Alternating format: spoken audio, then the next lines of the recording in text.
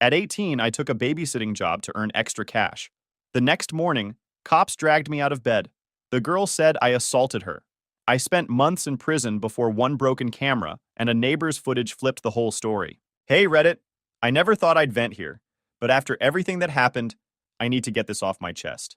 A simple babysitting job turned into the worst 7 months of my life, and somehow I'm still standing. I want people to know how fast lies can destroy someone and how hard it is to rebuild once the truth finally crawls its way back to the surface. I was 18 when everything started. Freshman year of college, broke, and always looking for easy side gigs. Babysitting was one of those things I fell into by accident. My mom's friend, Mrs. Miller, needed someone one night, and I happened to be free. It went well. The kids liked me, and after that, she started calling me whenever her regular sitter bailed. Her kids, Tommy, age 7, and Emma, 5, were great. No tantrums, no disasters, just two little goofballs who thought I was the coolest guy alive because I let them stay up 20 minutes past bedtime and built Lego towers that reached the ceiling fan. They called me Big Bro Cameron, and honestly, I liked the nickname. So when Mrs. Miller called that evening, I didn't even hesitate. Hey, sweetheart, I know it's last minute, but my sitter canceled. I wouldn't ask if it wasn't important, she said over the phone, sounding flustered. I checked my calendar. Nothing but studying for a psychology quiz tomorrow. Yeah, sure, I said. What time? 7 to 9:30. I'll pay extra. Deal. I threw on a hoodie, grabbed my backpack, and headed over. The Millers lived in this cozy 2-story house with a white porch and one of those glowing seasonal flags hanging by the door. That night it said, "Bless this home."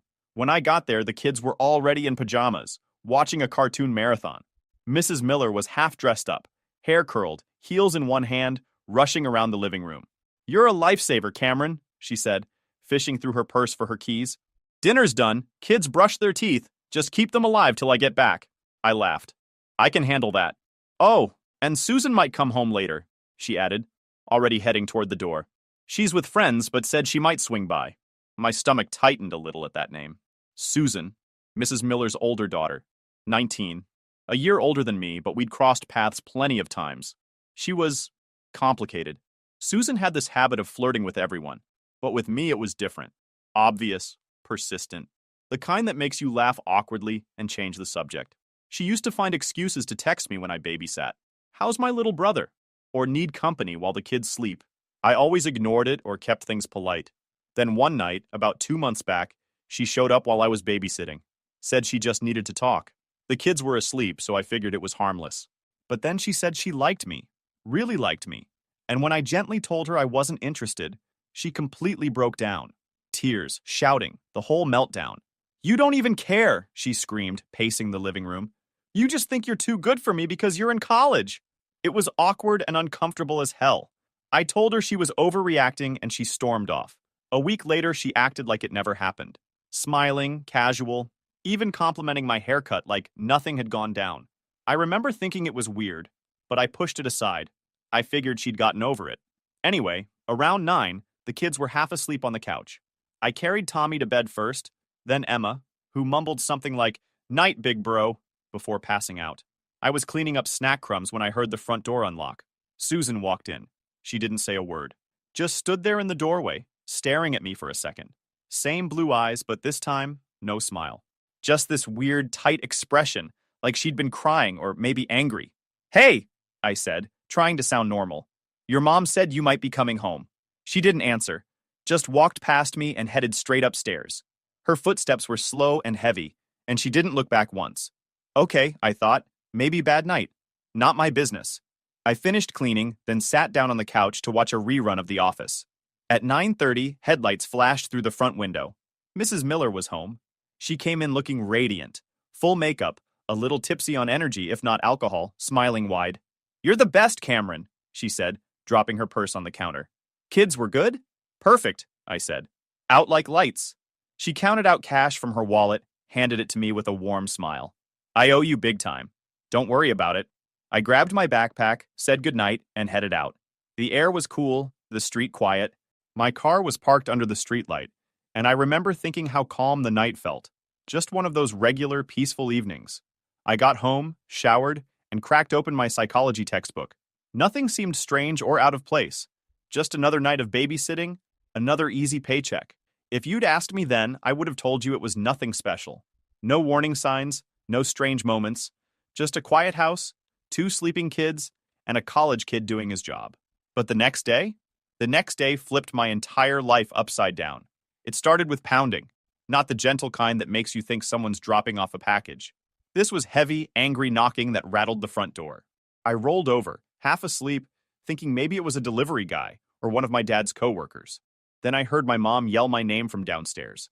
"Cameron, come down here right now." Her voice didn't sound normal. There was panic in it. I stumbled out of bed, still in sweatpants, eyes half shut. When I hit the bottom of the stairs, I froze. Two cops stood in our doorway, full uniform, badges shining under the morning light. My mom looked pale. My dad stood behind her with his arms crossed, like he already assumed I did something wrong. "Cameron L. Carson?" one of the officers said. Yeah? You're under arrest." I actually laughed for a second because I thought it had to be a mistake. "Wait, what?" Before I could ask anything else, one of them turned me around and cuffed my wrists. Cold metal, tight. My mom gasped and reached for me. "What is going on?" "He's just a kid." The taller officer said something about suspicion of assault, but my head was spinning too hard to catch every word. I tried to talk, to explain, but they just kept repeating that anything I said could be used against me. My dad's face went red. "What the hell did you do?" he barked. "I didn't do anything," I yelled, but nobody listened. They walked me out past the neighbors' windows. Curtains moved. I could feel people watching. My heart hammered so fast, I could barely breathe. I'd never even been in a police car before. The smell of vinyl and disinfectant made me feel sick. At the station, they booked me first.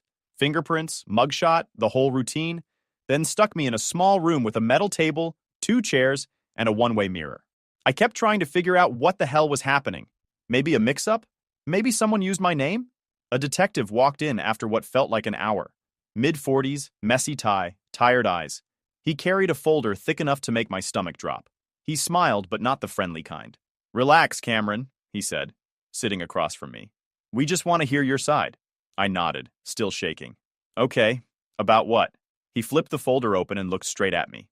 "About what happened last night, at Mrs. Miller's house." My chest tightened. "What happened last night?" He leaned back in his chair, pretending to act casual. "You were babysitting. Kids went to bed. Susan came home around 8. Ring any bells?" "I didn't check the time," I said slowly. "But she came home not long before Mrs. Miller, looked at me weird, and went straight upstairs." "That's it." He scribbled something in his notebook. "That's it?" "Yeah, I didn't even talk to her." He sighed, like he'd heard that line 100 times. "Susan says otherwise. She says when she came home, you cornered her in the kitchen, made her uncomfortable, that you said things that scared her." I just blinked at him. "What?"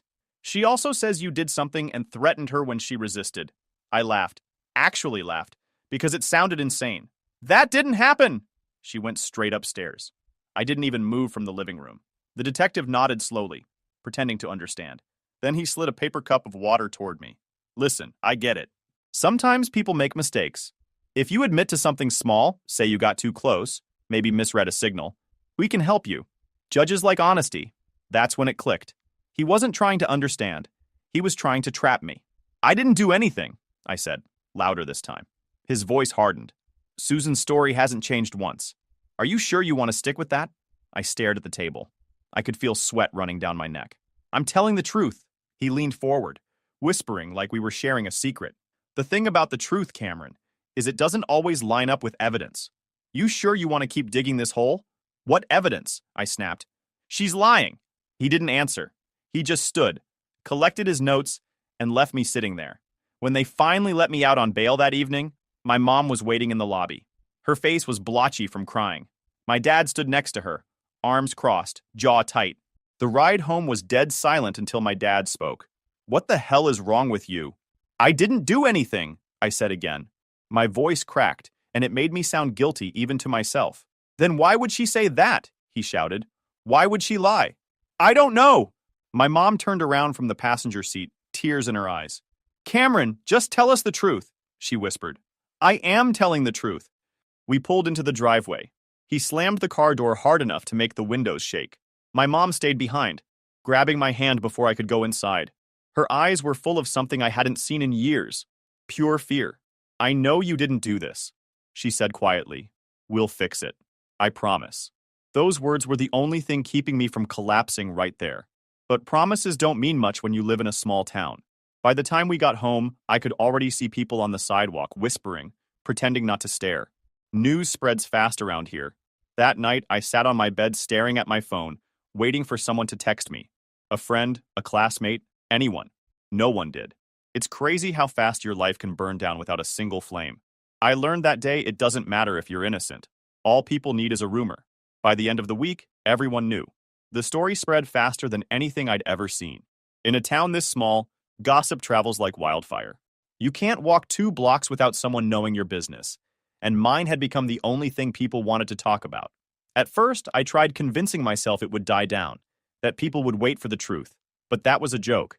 The neighbors who used to wave at me every morning now avoided eye contact. Mrs. Keener from across the street pulled her kids inside whenever I walked past. Even my college sent me an email saying my attendance would be temporarily suspended pending investigation. That one hit the hardest. I'd worked my ass off to get there. And just like that, I was locked out. I tried calling people I thought were my friends. Most didn't answer. The one who did, my best friend Jason, picked up after the 3rd call. "Man, I heard," he said quietly. Finally, someone who might believe me. "Jason, it's not true," I said. "You know me. I would never."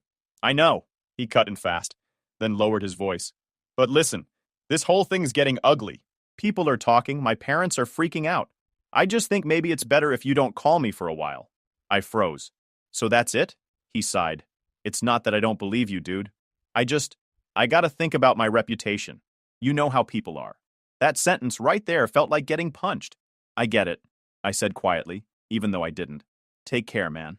He hung up, and that was that. Years of friendship, gone in a 2-minute call. After that, I stopped reaching out. There wasn't anyone left to call anyway. The tension at home got worse by the day. My dad barely spoke to me except to bark orders or push me to admit that I did it. He started drinking more alcohol, pacing the living room like he was trying to wear a hole in the floor. One night, he snapped. He came into my room while I was sitting on my bed scrolling through old texts, trying to distract myself. His face was red, his jaw tight. "I just got off the phone with Mark from work," he said. "He told me everyone's talking about you. About us. You've embarrassed this entire family." I stood up, trying to stay calm. "Dad, I didn't do anything." "Then why would she lie?" he yelled, slamming his hand against the doorframe. "What does she gain from that?" "I don't know. Maybe she's mad or—" He cut me off. "You always have an excuse. You're done staying here. Pack your things." I stared at him, waiting for my mom to say something. She was standing behind him, her hands shaking. "Dad, please," I said. "Where am I supposed to go?" "Anywhere but here." He turned and walked out. My mom stepped closer, tears in her eyes. "He's angry, Cameron. He's just scared." "Scared of what? That people will think his son's a monster?" She didn't answer. She just hugged me. "Come with me," she whispered. We went out to her car in silence. She drove without saying a word, turning down streets I didn't recognize until we reached the edge of town. There, tucked behind a row of old pine trees, was a small single-story house. The paint was faded, and one shutter hung crooked. "This was my mom's," she said quietly, handing me a key. "No one's lived here since she passed. It's not much, but it's yours for now. Stay here until things calm down." I didn't even know what to say. I wanted to argue, tell her I couldn't take it, but the look in her eyes said it wasn't a choice. She helped me carry a few bags inside. The place smelled like dust and old wood, furniture covered in white sheets, the floor creaking under every step. But it was quiet, and for the first time in days, I could breathe. She went around opening windows, letting light in. "I'll bring groceries tomorrow," she said, "and I'll call around. We'll find a lawyer who can actually help." "Mom," I said, my voice cracking. "You believe me, right?" She stopped what she was doing and looked at me like I'd said something crazy. "Of course I do," she said. "You're my son. I raised you. That hit harder than anything else." When she left, I sat on the old couch and listened to the house creak in the wind. It felt weirdly peaceful. Lonely, but peaceful. The first night there was rough. Every sound made me jump. I barely slept, replaying everything in my head. The arrest. The questions. Susan's blank stare that night. It all looped like a bad dream I couldn't wake up from. The next morning, true to her word, Mom showed up with bags of food. Milk, bread, canned soup. She also brought a cheap prepaid phone, just in case. She tried to smile, but her eyes were tired. She stayed for an hour, mostly sitting beside me while I ate breakfast. She didn't say much, just small stuff like, try to rest or I'll be back soon. I could tell she was holding it together just for me. Days passed like that. Long, empty, quiet. My mom came by every couple of days, always looking over her shoulder before knocking. My dad never showed up, not once. The only thing that kept me from falling apart completely was my mom's faith in me. Every time she looked at me, I saw it, the belief that I wasn't what they said I was. And when the world turned its back, her voice was the only one that still sounded human. About a month after my arrest, I had my first court hearing, a preliminary hearing. The trial itself didn't start until a few months later. I remember sitting in the courthouse hallway that morning, hands sweating. Every time the double doors opened, I caught a glimpse of faces, neighbors, old teachers, all there to watch. Not for justice, for entertainment. When they called my name, it felt like the ground tilted under me. The courtroom was packed. Susan was sitting at the witness table with her lawyer, hair tied back neatly, wearing a simple sweater that made her look soft and harmless. I'd never seen her look so composed. When she stood up to testify, she started crying almost immediately. Real tears. Or good acting. I couldn't tell anymore. She said that when she came home that night, I was waiting in the kitchen, that I cornered her, blocked the doorway, and said things that made her scared to scream. She said she froze, terrified, and ran upstairs once I was finished. Her voice broke in all the right places. The jury was eating it up. Then she added the part that made me want to scream, that she used to think I liked her, but then realized I was just pretending to be nice to get close. The same thing she'd said months ago, flipped completely upside down. I gripped the edge of the table until my knuckles went white. My lawyer, a middle-aged guy named Frank who looked more exhausted than confident, whispered, "Don't react." But it was impossible not to. Listening to her rewrite that night, watching everyone nod along like it made perfect sense, made me feel like I was standing outside my own life. Then the parade started. Random people taking turns pretending to remember something. A woman from our neighborhood said, "I always got strange vibes from him." A guy I barely knew from high school said, "He was too friendly with kids." Even someone from college mentioned I seemed withdrawn lately, as if being quiet was a sign of guilt. None of them had real proof, just feelings, opinions, and feelings were enough. When it was our turn, Frank stood up and said, "Your Honor, there's reason to believe there would have been footage from the Ring camera outside the home, which could confirm my client's movements." The room shifted. Finally, something that could help me. But before he could go further, Mrs. Miller, who looked like she hadn't slept in days, took the stand. Her hands trembled as she spoke. "The Ring camera hasn't worked in weeks," she said softly. "The lens cracked after a storm. My husband was supposed to replace it, but he never got around to it." My stomach dropped. The prosecutor, this slick guy with a perfect haircut, jumped on it immediately. "How convenient," he said, loud enough for the jury to hear clearly. "The one thing that could have shown what really happened. Broken." Frank objected, but the judge just told him to move on. So that was it. No footage, no proof. Just her words versus mine. When I took the stand, I told the truth. Every detail. How Susan came home not long before her mom, looked at me weird, and went straight upstairs. How I stayed in the living room the entire time. How Mrs. Miller came home later and paid me like it was any normal night. I tried to sound calm, steady, but every time I spoke, I could feel Susan's eyes on me. Blank, cold, like she was daring me to mess up. The prosecutor tore me apart. "So you expect the jury to believe she just made this up?" he said. "Yes. Why would she do that?" I hesitated. "Because I rejected her months ago." That made the whole courtroom buzz. Susan put on a perfect shocked face, like I'd said something disgusting. The prosecutor smirked. "So now she's lying because of unrequited love? That's your story?" I wanted to scream. "It's the truth." But he didn't care. None of them did. By the time closing arguments came, I knew which way it was going. The prosecutor stood tall and dramatic, talking about broken trust, innocence destroyed, and how parents deserve to feel safe leaving their children with responsible adults. I wasn't a person anymore. I was a headline. When Frank spoke, his voice was calm but tired. He said there was no physical evidence, no consistency in Susan's story, and that everything pointed to reasonable doubt. But reasonable didn't stand a chance against a crying 19-year-old girl and a town that already decided I was guilty. The jury went to deliberate. They were gone maybe an hour, not even enough time for lunch. When they came back, they wouldn't look at me. The foreman stood up, cleared his throat, and said the word, "I'll never forget, guilty." Everything went silent. I didn't move. My mom let out this quiet sob behind me. like she was trying not to fall apart. My dad stood up, face stiff, and walked right out of the courtroom without saying a word. Just left. The judge's voice sounded far away, like underwater, as he read out the sentence. 4 years in state prison. 4 years for something I didn't do. Sentencing was set for a few weeks later, and when I finally stood before him again, he gave me the same 4 years. A week after that, they put me on the bus. Shackled wrists, shackled ankles, a long ride through nowhere. The guy next to me kept humming under his breath. Every bump in the road made the chains rattle. When we pulled through the prison gates, the sound hit me first. Metal doors slamming, guards shouting, voices echoing through concrete. The first week was chaos. The noise never stopped. Yelling, footsteps, metal scraping metal. Even sleep didn't help. There was no quiet, not even for a minute. The air smelled like sweat and bleach. At 18, I had no clue how to handle it. The guards didn't explain much. They just barked orders. Hands at your sides. Eyes forward. Don't talk. You learned the rules by watching. And if you broke one, you found out the hard way. By the third day, people already knew what I was in for. That's the thing about prison. Word spreads fast. I was the kid sitter. That was all anyone needed to hear, before the rumors twisted it into something worse. Hey, that's the babysitter, one guy muttered as I walked by in the lunch line. Another snickered, keep him away from the new guys.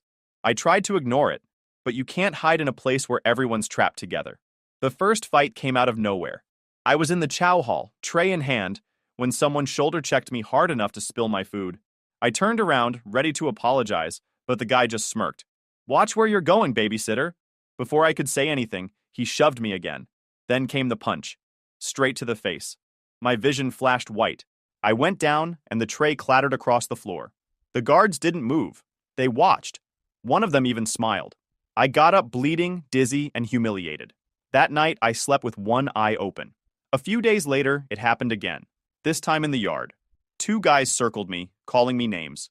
I tried walking away, but one grabbed my shirt. You think you're better than us?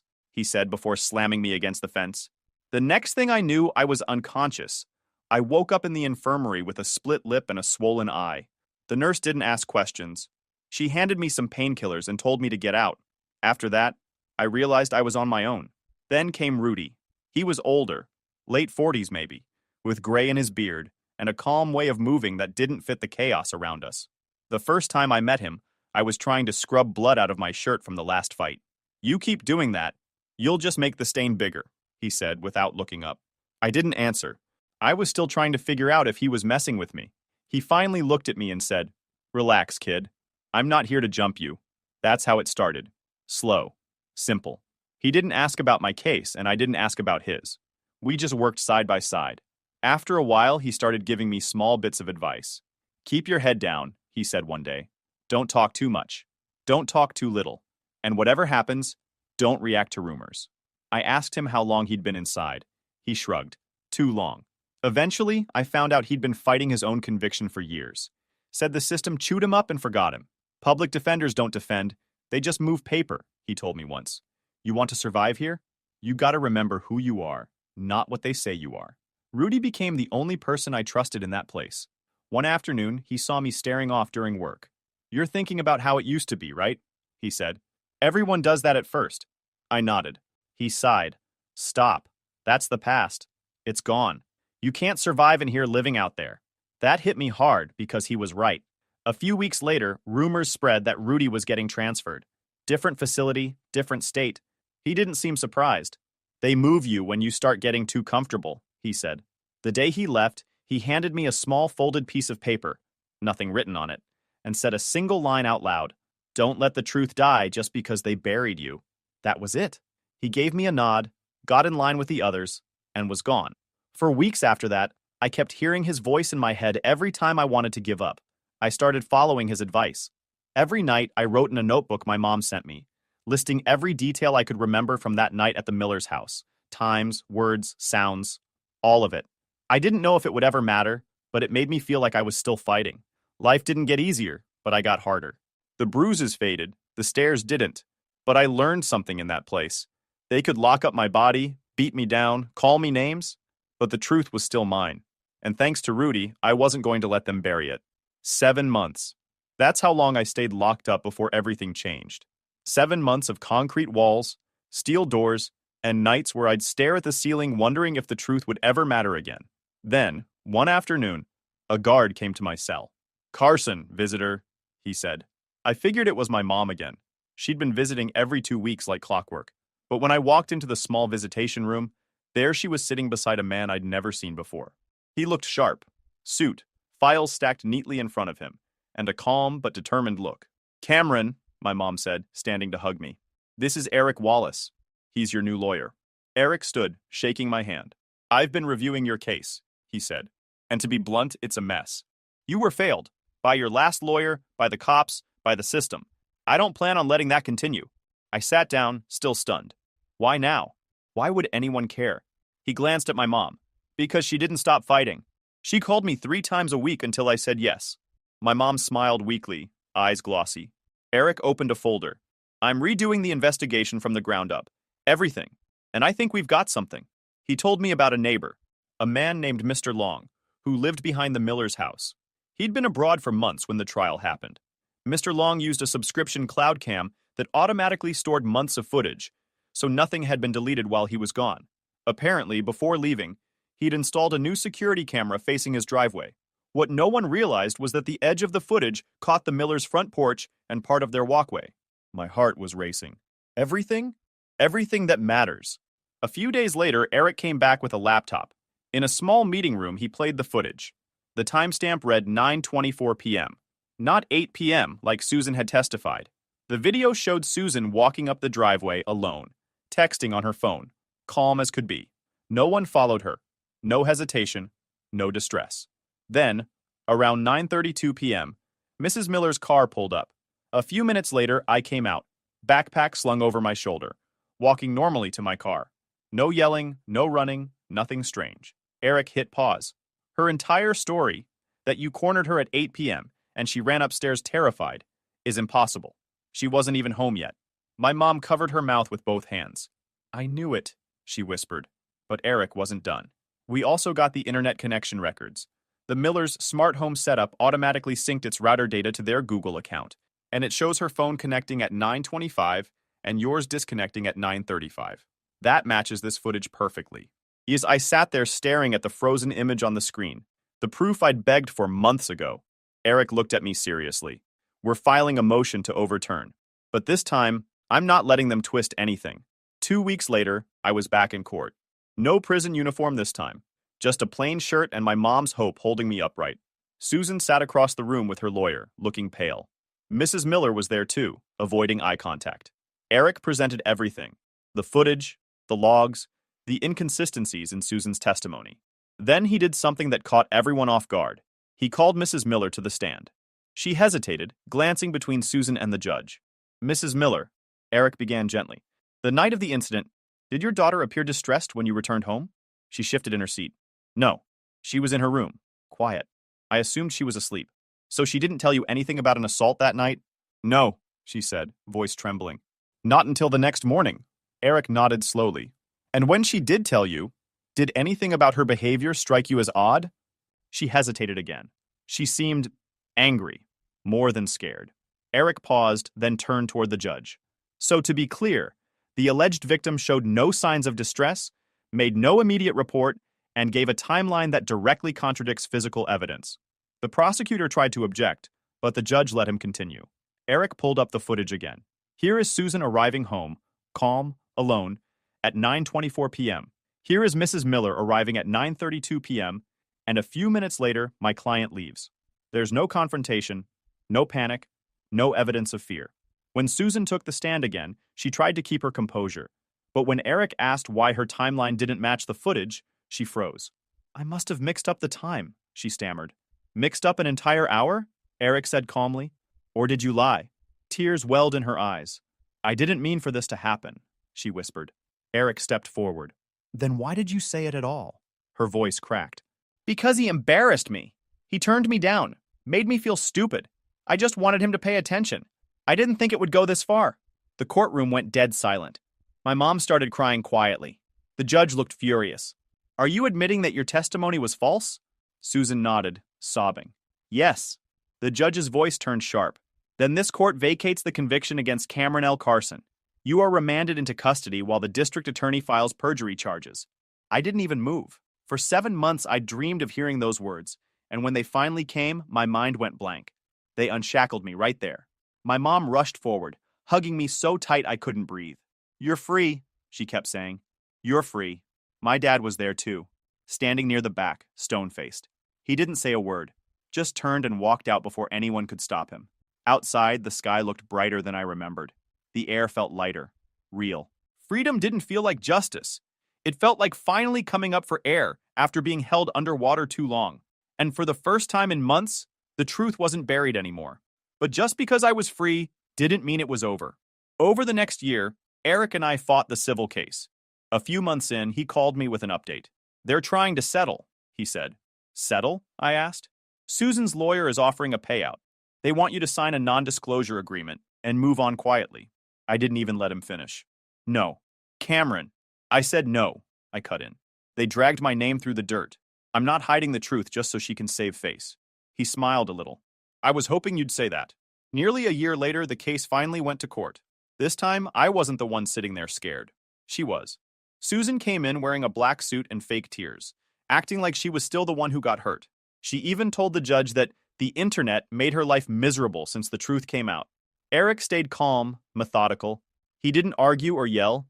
He just laid out the same facts, the footage, the router logs, her confession. Then he asked her one simple question. "Did you or did you not make a false police report against my client?" Susan's voice cracked. "Yes." "And did that report lead to his imprisonment?" She nodded, staring at the floor. That was it. No dramatic speech, no fancy closing. Just the truth, right there for everyone to see. When the verdict came in, I won. Damages granted. It wasn't about the money. It was about everyone finally knowing I wasn't the monster she'd made me out to be. For once, people stopped whispering when I walked into a store. Some even apologized.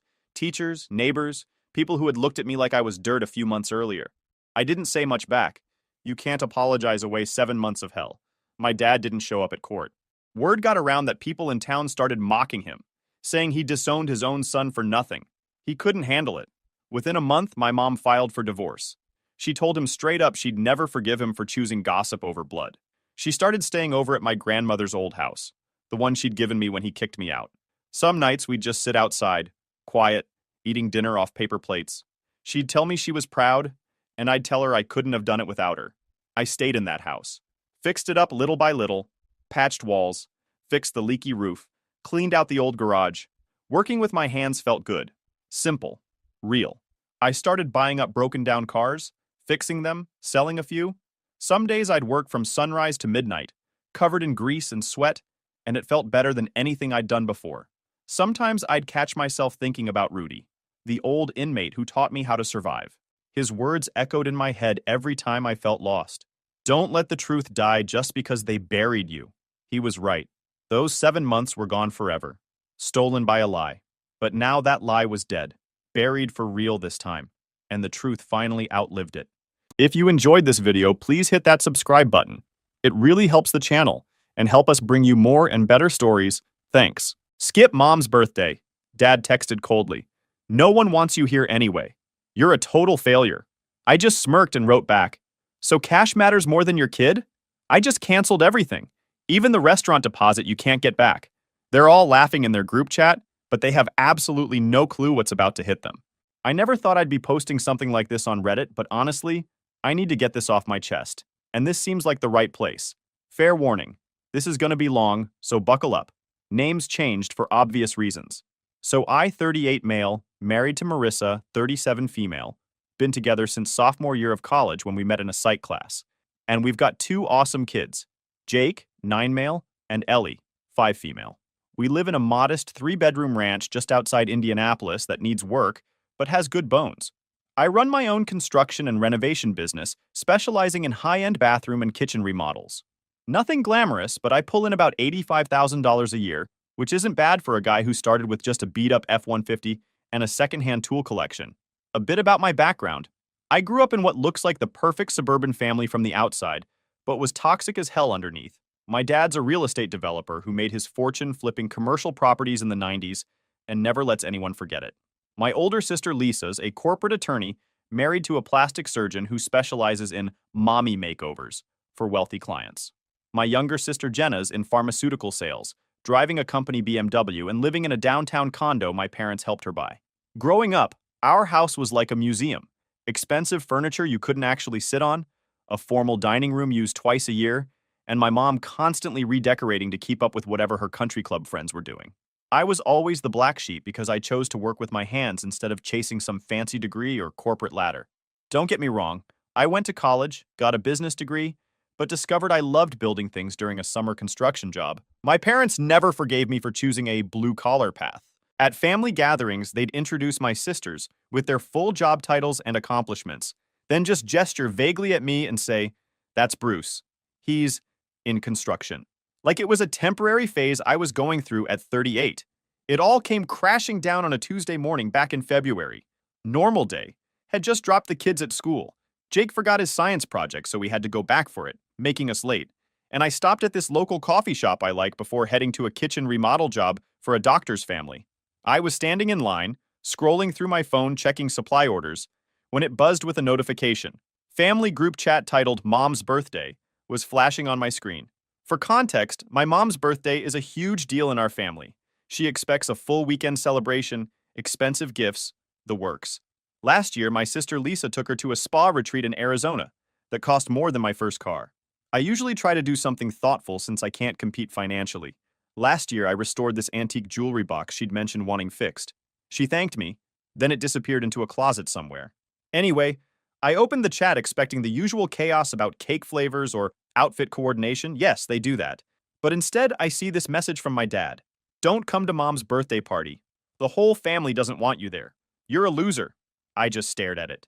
No emojis, no cushioning, just this bomb dropped in the middle of our family chat. The barista had to call my name twice because I was so shocked. And you know what? After the initial gut punch, I actually smiled. Not because it was funny, but because finally the mask came off. For years, they'd been looking down their noses at me. The tension at family dinners where they'd talk about their BMWs and vacation homes while giving me pitying looks. The eye rolls when I tried to explain the complexity of matching 100-year-old woodwork in a historic renovation, like I was some kind of plumber instead of a skilled craftsman. The Christmas where my dad handed out bonus checks to my sisters for their hard work, but gave me a Home Depot gift card for $100. And worst of all, the way they treated Marissa, who's an elementary school teacher, like she was the help, always asking her to watch the other kids during family functions or help in the kitchen while my sisters lounged around. But this message? This was pure, unfiltered truth. I scrolled up, nothing leading to it. Just some messages about party decorations, then boom, "You're a loser." I wrote back only, "So you chose money over your son?" Then I canceled the restaurant reservation I'd made 3 weeks earlier. This fancy Italian place where meals start at $90 a plate. My mom always talked about it, but claimed it was too exclusive to get reservations. What she didn't know is I'd done a custom wine cellar for the owner last year, working weekends for 2 months to get it perfect. He was so happy with it that he promised me the private room whenever I wanted. I'd booked it for $2,500, arranged for a special menu featuring all my mom's favorites, and even hired a jazz trio to play her favorite songs. Nobody knew about it. I wanted to surprise them, show them I was still family, even though I didn't drive a European car or vacation in the Hamptons. Then came the flood. My cousin Brant, investment banker, total douchebag, who once asked if I needed a loan in front of everyone at Thanksgiving, replied with laughing emojis. My sister Lisa wrote, "You really are delusional. Still living in your little construction fantasy while the rest of us built real careers. Maybe if you'd applied yourself in school like Dad wanted instead of playing with hammers, you wouldn't be embarrassing us all." Jenna, who I thought might have my back since I've helped her move 3 times and fixed up her condo for free, just liked the message and stayed quiet. Then my uncle sent a meme with my face photoshopped onto a clown, with the caption, "When you think manual labor makes you successful." They were all responding within seconds of each other, like they'd been waiting for this moment. The group chat exploded with everyone piling on. Aunt Carol asking if I could at least dress properly if I did show up. My other cousin suggesting I could park cars or something useful at the party, and my mom's sister saying maybe it was for the best since Marissa clearly doesn't own anything appropriate for the venue anyway. That's when I knew I was done. Really fucking done. After that group chat, I didn't say another word to any of them. Not on the chat, not to my dad, nobody. I didn't block them or delete the thread though. I wanted them to see me online, active, living my life. I wanted them to wonder. I finished my coffee, went to my job site, and worked like nothing happened. The client's wife brought me lunch. She did that sometimes because I was rebuilding her dream kitchen and actually listened to what she wanted, instead of telling her what she should want like their last contractor. Normal day. I came home, played catch with Jake, helped Ellie with her reading, ate dinner with my family. When the kids were in bed, I told Marissa everything. Not just about the message, but all the years leading up to it. How they'd make snide comments about her teacher's salary while asking her to watch their kids for free. How my mom would accidentally exclude us from family photos because we weren't dressed upscale enough or position us at the back. How at my nephew's birthday, my sister asked Marissa if she could help the catering staff set up, not realizing she was basically asking my wife to be unpaid labor. I told her about the time my dad gave my oldest sister a $25,000 gift for a down payment on her house, but told me asking for a $5,000 loan for business equipment was enabling my poor choices. About how my mom had a habit of introducing Marissa as Bruce's wife, she's a teacher, in this tone that made it sound like she was saying, she has head lice. Marissa listened without interrupting, and when I finished, she didn't say, I told you so, even though she could have. She'd been telling me for years that my family treated us like second-class citizens. She just nodded and asked, what do you want to do? That moment right there? That's when I realized what I had. Most of my family would never have someone who had their back no matter what. They were all too busy climbing over each other to get to the top, throwing each other under the bus to impress my dad. My older sister literally scheduled her wedding during my younger sister's college graduation to steal the spotlight. They were that kind of family. I told Marissa I didn't just want revenge. I wanted to show them that money isn't everything, that they'd thrown away the only person who ever genuinely cared about them rather than what they could provide. So what's the plan? She asked. And that's when it started to take shape. First, I contacted my buddy Mason, who runs a digital marketing agency. We played football together in high school, and I'd renovated his basement into a killer home office the previous year at cost because he was between jobs. I asked him to help me build a proper website for my renovation business. Not just a landing page with my phone number, but a full portfolio showing the high-end work I'd been quietly doing for years. See, what my family never bothered to find out was that I'd developed a reputation among architects for detail work that nobody else could match. Those hammer and nail skills they mocked, they'd led to me getting referrals for some of the most expensive homes in the area. I just never bragged about it like they would have. Mason built me a website showcasing before-after photos of my best projects, testimonials from clients, including several whose names even my status-obsessed family would recognize, and a proper booking system. He also set up targeted social media that would reach the exact high-end clients I wanted. Within 2 weeks, I had customers with seven-figure homes messaging me from Instagram. My business tripled from $85,000 to on track for nearly $250,000 that year. Then I called my cousin Ryan, not one from the group chat. He'd left the family years ago after his dad, my uncle, borrowed $150,000 from Ryan's college fund to invest in a sure-thing casino development that went bust. We'd kept in touch on the down low, grabbing lunch when he was in town. He lives out in Asheville, North Carolina, owns a bunch of rental properties, and had always said there was room for me if I ever wanted to move. He'd even offered me a deal on one of his houses a while back. I never took him up on it, until now. I told him I was thinking of moving. Fresh start. He didn't hesitate. Said one of his tenants was leaving in 3 months, and the place was mine if I wanted it. 4 bedrooms on the edge of the mountains, mortgage would be less than our current place, space for the kids, a workshop for my tools, and most importantly, peace. Meanwhile, I was playing nice on social media, posting pictures of me and Marissa at charity events in the wealthy parts of town where I had clients, coaching Jake's Little League team, where he was actually getting pretty good, Ellie's dance recital, she got a solo even though she was youngest in her class, family dinners, always smiling, always together, never once mentioning the drama behind the scenes. I also started posting before, after shots of my latest projects, all multi-million-dollar homes with owners who trusted me with their luxury kitchens and bathrooms, a famous former NFL player's media room, a tech CEO's custom library with hidden passages and built-in gadgets, a complete restoration of a historic mansion's original woodwork that had been featured in a design magazine. And my family was watching. I know they were. Because one day, Lisa sent me a private message. Where did you get the money to attend the Children's Hospital Gala? Those tickets are $500 each. Dad thinks you might be in some kind of financial trouble and making bad decisions. Translation. They can't stand that I might actually be doing well without their help. I left it on read. Then Mom texted, not in the group chat, but directly. Bruce, I see your business is doing well. Maybe we should talk? Your father has some connections that might help you expand. Some of our friends have been asking about your work, which is a bit awkward since we don't know what to tell them. Translation. Now that other rich people are noticing me, they want to pretend they've been supportive all along. It was tempting to tell them to go fuck themselves, but I waited. I needed more time. This wasn't about giving them a piece of my mind. It was about showing them exactly what they'd thrown away. Mom's birthday came and went. I didn't show up, obviously, but I heard about it after. Jenna got in touch a week later and said the energy was weird, that people kept bringing me up, that Dad was quieter than usual. Apparently, Dad had been telling everyone I'd have a meltdown and cause a scene, so when I didn't show at all, he looked like an asshole. She also mentioned that the party was at some mediocre steakhouse because Dad claimed the reservation he made at somewhere special fell through. When I heard that, I nearly spit out my coffee.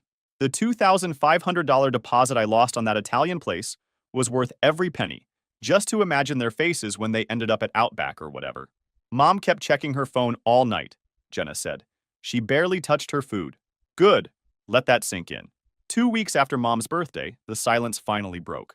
I hadn't texted anyone, but I hadn't blocked them either. I wanted them to watch. Then my dad texted, "Your mother's been crying. You've made your point. Enough is enough. We have the Petersons charity auction next week and people are asking about you. It's embarrassing. No apology, no ownership, just concern about their social image." That line, "You've made your point," was the dumbest thing I'd ever read. He thought this was about proving something. He still didn't get it. None of them did. So I didn't reply. Not even a dot. 3 days later, Jenna texted asking to meet. Just her, no pressure. I waited a few hours, then agreed. Coffee, neutral ground. We met at this little cafe on the south side where none of our family ever went, because it wasn't exclusive enough, and didn't serve avocado toast or whatever. I got there early, sat by the window. She came in 10 minutes late, no makeup, hair in a messy bun, looking nothing like her usual polished self. She looked tired, but not physically tired. Tired in a way I recognized. First words out of her mouth. "You were right, Bruce." I didn't say anything. I just let her talk. She told me about the birthday, how it hadn't been fun at all. Mom spent the night fake happy, clinking glasses and laughing too loud. Dad paced around checking his phone, obviously expecting me to show up with some grand apology. Lisa spent the whole night humble bragging about her husband's new partnership at his surgical practice, worth mid-seven figures. She even had the balls to tell people I couldn't attend because I was having financial difficulties, and they were trying to respect my privacy. This from the woman who once asked me to retile her bathroom for free as a family favor, while wearing a watch that cost more than my truck. Jenna said the worst part was when Mom opened her gifts. Designer handbags, jewelry, spa vouchers, and then she got to the small box from our Aunt May, who's the only decent one besides Ryan. It was a handmade photo frame, with a picture of Mom and all three of us kids from when we were young. Mom burst into tears and had to leave the table. Dad followed her out and came back alone 20 minutes later, claiming she had a migraine. She kept asking about the Italian restaurant, Jenna said, like she somehow knew there was supposed to be a reservation there. Dad kept saying he didn't know what she was talking about, but she wouldn't let it go. Then Jenna said something that shocked me. After I left the chat, people started talking, really talking. Cousins I hadn't spoken to in years asked what happened, why everyone was laughing at me one minute and acting like I disappeared the next. Brant messaged Jenna admitting the clown meme was shitty, said he was just following the group vibe like a sheep, but at least he owned up to it. Even Uncle Ron, the only one in the family who works with his hands as a hobby, remembered when I fixed his garage door during a storm without asking for anything. He told Jenna nobody else in the family would have done that. They'd have called a service and sent him the bill. Remember when Lisa's basement flooded last year and you showed up at midnight with pumps and stayed until 4 a.m. getting the water out? Jenna asked. She told people at the party that some guy she hired did it. She didn't even admit it was you. Then she told me something I'll never forget. Mom said you were the one who always needed help, but now that you're gone, everyone realizes you were the one who always gave help. You're the only one who ever actually shows up when someone needs something, not just when there's something to gain.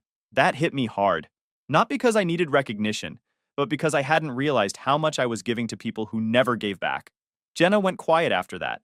She didn't ask me to come back or defend anyone. She just looked at me and said, "They only loved you when you were useful to them. Dad's been calling all your old clients trying to find out who you're working for now, And mom's been showing people your Instagram posts of the luxury homes you've renovated, like suddenly she's proud. It's disgusting. You know what dad said at dinner last week? She continued. He said, Bruce is finally learning how to make connections with the right people. Took him long enough to listen to me. Like your success is somehow because of his advice, not in spite of it. That's when it all clicked.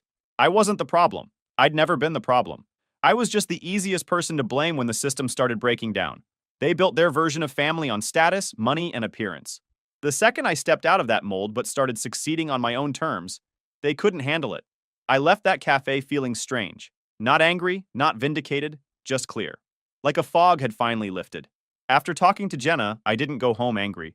I didn't call anyone to vent or type out some long message I'd never send. I just sat in my truck in the parking lot, staring at the gray sky, feeling clearer than I had in years. There wouldn't be a big confrontation or blow-up. I didn't want that. What was coming wasn't a moment. It was a movement. Slow, deliberate, unmistakable. I started with the company. The new branding Mason helped with had already doubled my client base. Now I went all in. Invested $20,000 in a targeted ad campaign focusing exclusively on the wealthiest neighborhoods. Hired a part-time administrator to handle bookings and billing, and started documenting projects with professional photography and drone footage. I even hired a videographer to do a mini documentary on a $1.2 million kitchen renovation I did for a local CEO. The video went mini viral in our area, getting shared among the exact crowd my parents desperately wanted to impress. I started getting calls from their friends, people whose homes I'd never been invited to despite growing up in the same circles. One woman, a close friend of my mother's, hired me to redo her master bathroom and couldn't stop talking about how Marion never mentioned how talented you are. I never mentioned my family, but it was all there. The success, the growth, the respect. And people noticed. Cousins who'd ignored my texts for years suddenly started following the business account. Lisa started liking my posts again. Always the ones where you could see expensive homes in the background. Dad even called the business line once, hanging up when my new assistant answered. I ignored it all. Instead, I posted a cryptic photo that seemed normal, unless you were paying attention. A stack of moving boxes with a caption that said, New chapter loading. No location, no explanation. Just enough. Jenna texted the next morning, Wait, are you moving? Mom's freaking out. I didn't answer. What they didn't know was that I'd been making power moves behind the scenes. Remember that client whose kitchen I renovated? He was so impressed that he offered me a partnership opportunity, funding to expand my business into high-end home automation integration. We're talking whole house systems for multi-million-dollar properties. A $500,000 investment for 25% of the new division. I took it. Signed the paperwork on a Thursday. Didn't tell a soul except Marissa. The investor, David, had connections in Asheville, too. Turns out it's becoming a hotspot for wealthy remote workers looking for custom smart homes in beautiful settings. The plan was perfect. Expand the business there. Build a new life away from the toxic family dynamics, and actually enjoy watching my kids grow up without the constant judgment. Meanwhile, Marissa and I spent our evenings sorting, selling, and packing. We donated half our furniture and sold the rest online. Jake and Ellie helped pack their toys, and we let them draw on the boxes. Their excitement made everything easier. Kids don't grieve the way adults do. They don't see what's being left behind, only what's ahead. Every so often, Marissa would ask, Are you scared? And every time I'd say, I've never been more certain of anything. The Asheville house would be ready in 6 weeks. Ryan sent photos, fresh paint, polished floors, a backyard with a maple tree big enough for a tire swing, and a workshop 3 times the size of my current garage. It was everything I never knew I wanted. Quiet, green, wide open, and no one around to tell me who I had to be. A week before the move, I opened the family group chat one last time. Messages had returned to normal. Photos of Lisa's husband's new Porsche, mom's plans for a summer trip to the Hamptons, restaurant links to places with $200 tasting menus. My name hadn't been mentioned in weeks, like I never existed. I didn't post anything. I just quietly left the chat. And that was the beginning of the real avalanche. Jenna called first, straight to voicemail. Then the texts started coming in. Lisa, what's going on? Mom says you're selling your house? Mom, we heard you're moving. Can we talk before you leave? Your father has some business contacts in commercial renovation he thinks might interest you. Always about money and connections. Never about me as a person. I didn't answer. I let it sit. Dad texted again. You're overreacting. Enough is enough. I heard about your new partnership with James Miller. Why didn't you come to me first? I could have gotten you a better deal. 25% is highway robbery. You're leaving money on the table because you're too stubborn to take advice. How the hell did he know about the partnership? I hadn't told anyone except Marissa. That's when I realized they'd been digging into my business, probably calling around to mutual acquaintances, trying to figure out how I was suddenly succeeding without their help. Still no apology. Still the same tone, like I owed them something. Like the years I spent trying to earn their love didn't matter the second I stopped trying. But they weren't the only ones watching. Something was happening behind the scenes. My aunt, who hadn't spoken to me in years, sent a note thanking me for helping her neighbor with his roof 2 summers ago when a tree fell on it during a storm. I barely remembered doing it. She ended with, "You always show up when people need you, not just when there's something in it for you." Brant sent another message, longer this time.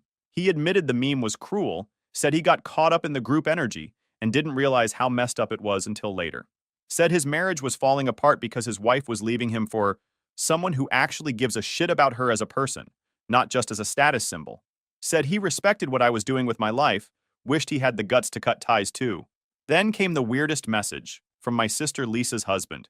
We'd never been close. He always treated me like I was the help when I came over to fix things around their house.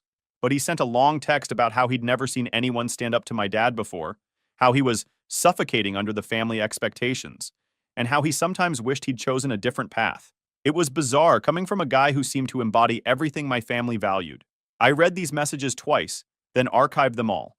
I didn't need apologies anymore. I needed distance.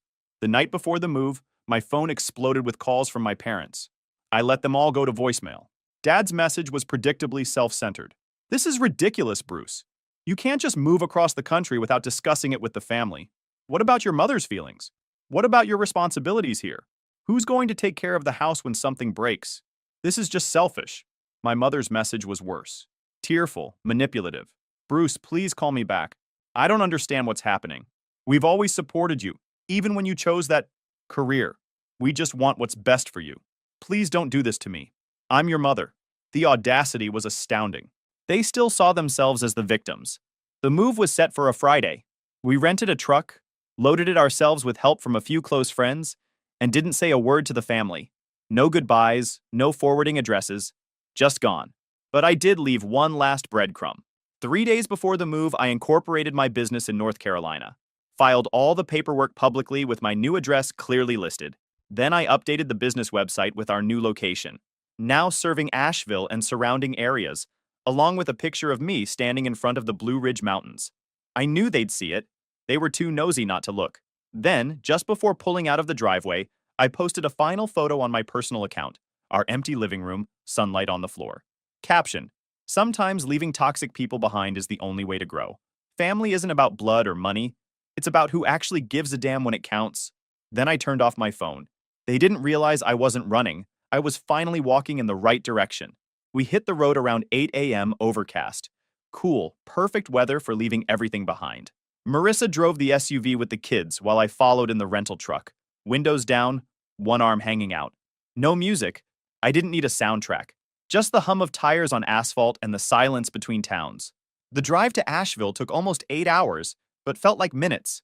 No second guessing, no what-ifs, just this strange peace that grew deeper the further we got from Indiana. Like weightlifting from my shoulders that I hadn't even noticed was there. Halfway there, we stopped at a roadside diner. Jake asked if Grandma and Grandpa would visit us in our new house. I told him maybe someday, but not right away. Ellie asked if that made me sad. I had to think about it before answering honestly. No, sweetheart. Sometimes people can love you, but not be good for you. And that's okay. Ryan met us at the new house with a spare set of keys and 2 pizzas. The place was even better in person. Big wraparound porch, real trees that weren't suffocating in the suburbs, and space inside. Space to breathe. Space to build without shadows. The kids ran through every room, claiming spaces and yelling about how Ellie's walls had to be purple like the flowers outside. Marissa leaned against the counter and smiled. She didn't have to say anything. I knew she felt it too. That night, after the kids passed out on sleeping bags and half-built bunk beds, I sat on the porch and turned my phone back on. Messages poured in. I scrolled through them slowly, like turning pages in a book whose ending I already knew. "Mom, please don't shut me out. This isn't how families work things out. We're worried about your financial stability. Your father says this business venture is a mistake. Lisa, you're tearing this family apart. Over what? A text? Dad says this partnership is going to fail without his connections. He's just trying to protect you. Even Jenna had cracked. You could have said goodbye. We're your family, Bruce. This isn't you. Mom found your restaurant reservation for her birthday. She's devastated. But the one that stood out was from Dad. You're acting like a child. Running away won't solve anything. When this falls apart, don't come asking for help. Your mother is inconsolable, and it's your fault. I expected more loyalty from a son I raised. I actually laughed. That was the best he had? Still trying to put me down, still assuming I'd fail without him, still making it about loyalty to him while showing none to me. I didn't respond, didn't rage or explain or argue. I just deleted every message, deleted the thread, and blocked all their numbers one by one. Quietly, cleanly, finally. No dramatic goodbye, no bitter speech. Just gone. We spent the next week settling in. I slowly transitioned the business. New clients, new licenses, new jobs already lined up thanks to Ryan's connections and my growing online reputation. I set up a showroom downtown for the home automation side of the business, complete with demo stations for potential clients to see what we could do. Marissa took a position at a private school that actually paid her what she was worth and started planning a little garden out back. The kids made friends on our street within days. We met neighbors who invited us to community cookouts without caring what we wore or what cars we drove. It wasn't instant magic, but it was ours. No one here cared about my last name or who my parents were. They just knew me as Bruce, the guy who built amazing things and played catch with his son in the backyard. Then a strange thing started happening. Messages from old friends back home. Hey, your mom was crying at the country club lunch saying you cut off the whole family. What happened? Your sister posted this long thing about forgiveness and family loyalty. Are you okay? Dude, your dad is telling everyone you had a breakdown after a business failure. He's offering to help anyone who knows where you are. It's weird. That was their narrative, that I'd lost it, that I needed help, that I'd failed, because they couldn't admit the truth, that I'd broken something they assumed I'd always be too loyal to walk away from. But I hadn't lost anything. I'd finally found peace, and nothing they could say, no rumor they could spread, could take that away. Because for the first time in my life, I wasn't living in reaction to them. I was just living. 1 year in Asheville changed everything. It wasn't just a new beginning. It felt like someone had quietly handed my life back to me. The business exploded. The home automation partnership brought in clients I never dreamed of having. Pro athletes, tech executives buying mountain retreats, old money families renovating century-old estates. We cleared $1.2 million in revenue that first year, with projections to hit $2 million the next. I hired a team of 15 guys, all skilled craftsmen who took pride in their work. Marissa was thriving at her new school, where she was actually respected for her teaching skills, not treated like she had chosen a fallback career. Jake made the travel baseball team and was crushing it, and Ellie got accepted into a competitive dance program. We bought a second property, a small cabin by a lake, as a weekend getaway spot. For the first time ever, there was no weight on my chest when I woke up. No pressure to explain myself. No silent scoreboard where I was constantly losing just because I chose a different path. I barely thought about my family back in Indiana. Honestly, they felt like they belonged to a different life. Occasionally, I'd get messages through mutual friends. Someone heard my dad was telling people I got lucky with a business connection, or my mom had been asking around about Asheville real estate prices. I ignored it all. People like that don't change. They just change tactics. Then came the bomb I never expected. One Thursday morning in October, I got a voicemail from Lisa. Her voice sounded tight, controlled but with panic underneath. Dad's real estate company had collapsed. The market turned. Several major investments failed simultaneously. And worst of all, there was an investigation into some accounting irregularities. Turned out Dad had been cutting corners for years, misrepresenting properties, and playing fast and loose with investor money. They'd had to sell the house, the vacation property, the cars, everything. Mom's country club membership, gone. Lisa's husband had apparently been struggling too. A malpractice suit had cost him his partnership position, and they were downsizing temporarily. And here was the kicker. Dad and Mom were moving to Asheville to downsize and be closer to family. I laughed so hard I nearly crashed my truck. The fucking audacity. I didn't call back. I played the message twice, saved it for posterity, and didn't even mention it to Marissa. 2 weeks later, another message, this time from Dad himself. His voice sounded old, defeated. They were living in a condo on the outskirts of Asheville. Not the nice part. The medical bills from his emergency gallbladder surgery had wiped out what little they had left. Mom was looking for work, but at her age, it was difficult. He asked if I could find it in my heart to help them out. Maybe a job for Mom at my office, some contractor work for him as a consultant. The man who had called me a loser, who had told me construction wasn't a real career, was now asking me for a construction job. I saved that message too. Didn't return it. Then came the text from Mom. Bruce, please. We're family. We've lost everything. Your father's too proud to beg, but I'm not. We need help. Lisa can't help us. They're underwater on their mortgage. Jenna got laid off. You're our only hope. I showed it to Marissa that night after the kids were in bed. She read it twice and looked at me. What are you going to do? I smiled. Nothing. 2 days later, I was at a client meeting downtown when I spotted them. They were coming out of a budget diner, the kind with $7.99 lunch specials. My mother looked thinner than I remembered, older, her designer clothes replaced by off-the-rack basics. My father walked with a slight stoop now, his arrogance physically deflated. They didn't see me. I watched them from across the street as they climbed into a used Hyundai, a far cry from Dad's usual Mercedes. For a second, just a split second, I felt a twinge of something. Not guilt, not exactly pity, just recognition of how far they'd fallen. That weekend, I got a call from an unknown number. It was Jenna. She was in town, staying with Mom and Dad temporarily. Could we talk? I agreed to meet her at a coffee shop. When she arrived, she looked exhausted. It's bad, Bruce. Really bad. The SEC investigation found evidence Dad was cooking the books for years. He's not going to jail because of his age, but the fines took everything. They're living on Social Security and what little Mom makes working retail at the mall. I sipped my coffee. And they need help. Your help. Lisa's husband lost his practice in the malpractice suit, and she's got her hands full with the kids. I got laid off and I'm barely making ends meet. You're the only one doing well. I looked at her for a long moment. Tell me something, Jenna. When Dad texted me that I was a loser and shouldn't come to Mom's birthday, when all of you laughed and sent memes, where was this family loyalty? She had the decency to look ashamed. We were wrong, so wrong. But Bruce, they're old. They've got nothing. I leaned forward. Do you know what I realized this past year? That all my life, I've been the emergency fund, the handyman, the emotional support, but never the success story, never worthy of respect, until I walked away and built something they couldn't take credit for. So you're just going to leave them with nothing? Out of spite? I smiled. Number not out of spite, out of self-respect. The next day, I sent a text to my mother. There's a small 2-bedroom house for rent on Maple Street, $1,100 per month. The landlord is expecting your call. First month's rent is paid. That's all you get from me. I didn't wait for a response. I blocked her number right after. 2 weeks later, Ryan told me they'd taken the house.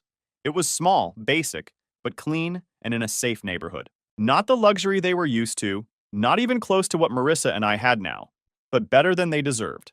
I never went to see them. Never called. Never reached out in any way. They'd chosen money and status over me for decades, made me feel worthless because I valued different things. Now they had neither money nor status, and I had both. Plus the one thing they never had. Genuine happiness. Last week I was dropping Jake off at baseball practice when I saw my father sitting on a bench at the edge of the park. He looked old, diminished. He saw me too. Our eyes met across the parking lot. For a moment I thought he might approach, might finally offer the apology I'd once desperately wanted. Instead, he just stared, then looked down at his hands. I walked Jake to the field, gave him a hug, and told him I loved him, that I was proud of him, no matter what. As I walked back to my truck, I passed near enough to the bench to hear if my father spoke. He didn't, just kept staring at his hands, the same hands that had typed that message, that had pushed me away, that had held money as the only measure of a man's worth.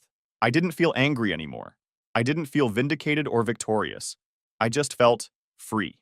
They were still trapped in their prison of pride and materialism, even without the material things. And I was still me, the same guy who worked with his hands, who showed up when people needed him, who valued family but now understood that family isn't just about blood. Sometimes when I see them around town, my mom scanning coupons at the grocery store, my dad sitting alone at the public library, I think about how easily they could have had a relationship with their grandchildren, how they could have been part of our lives. All it would have taken was a simple apology, some basic human decency.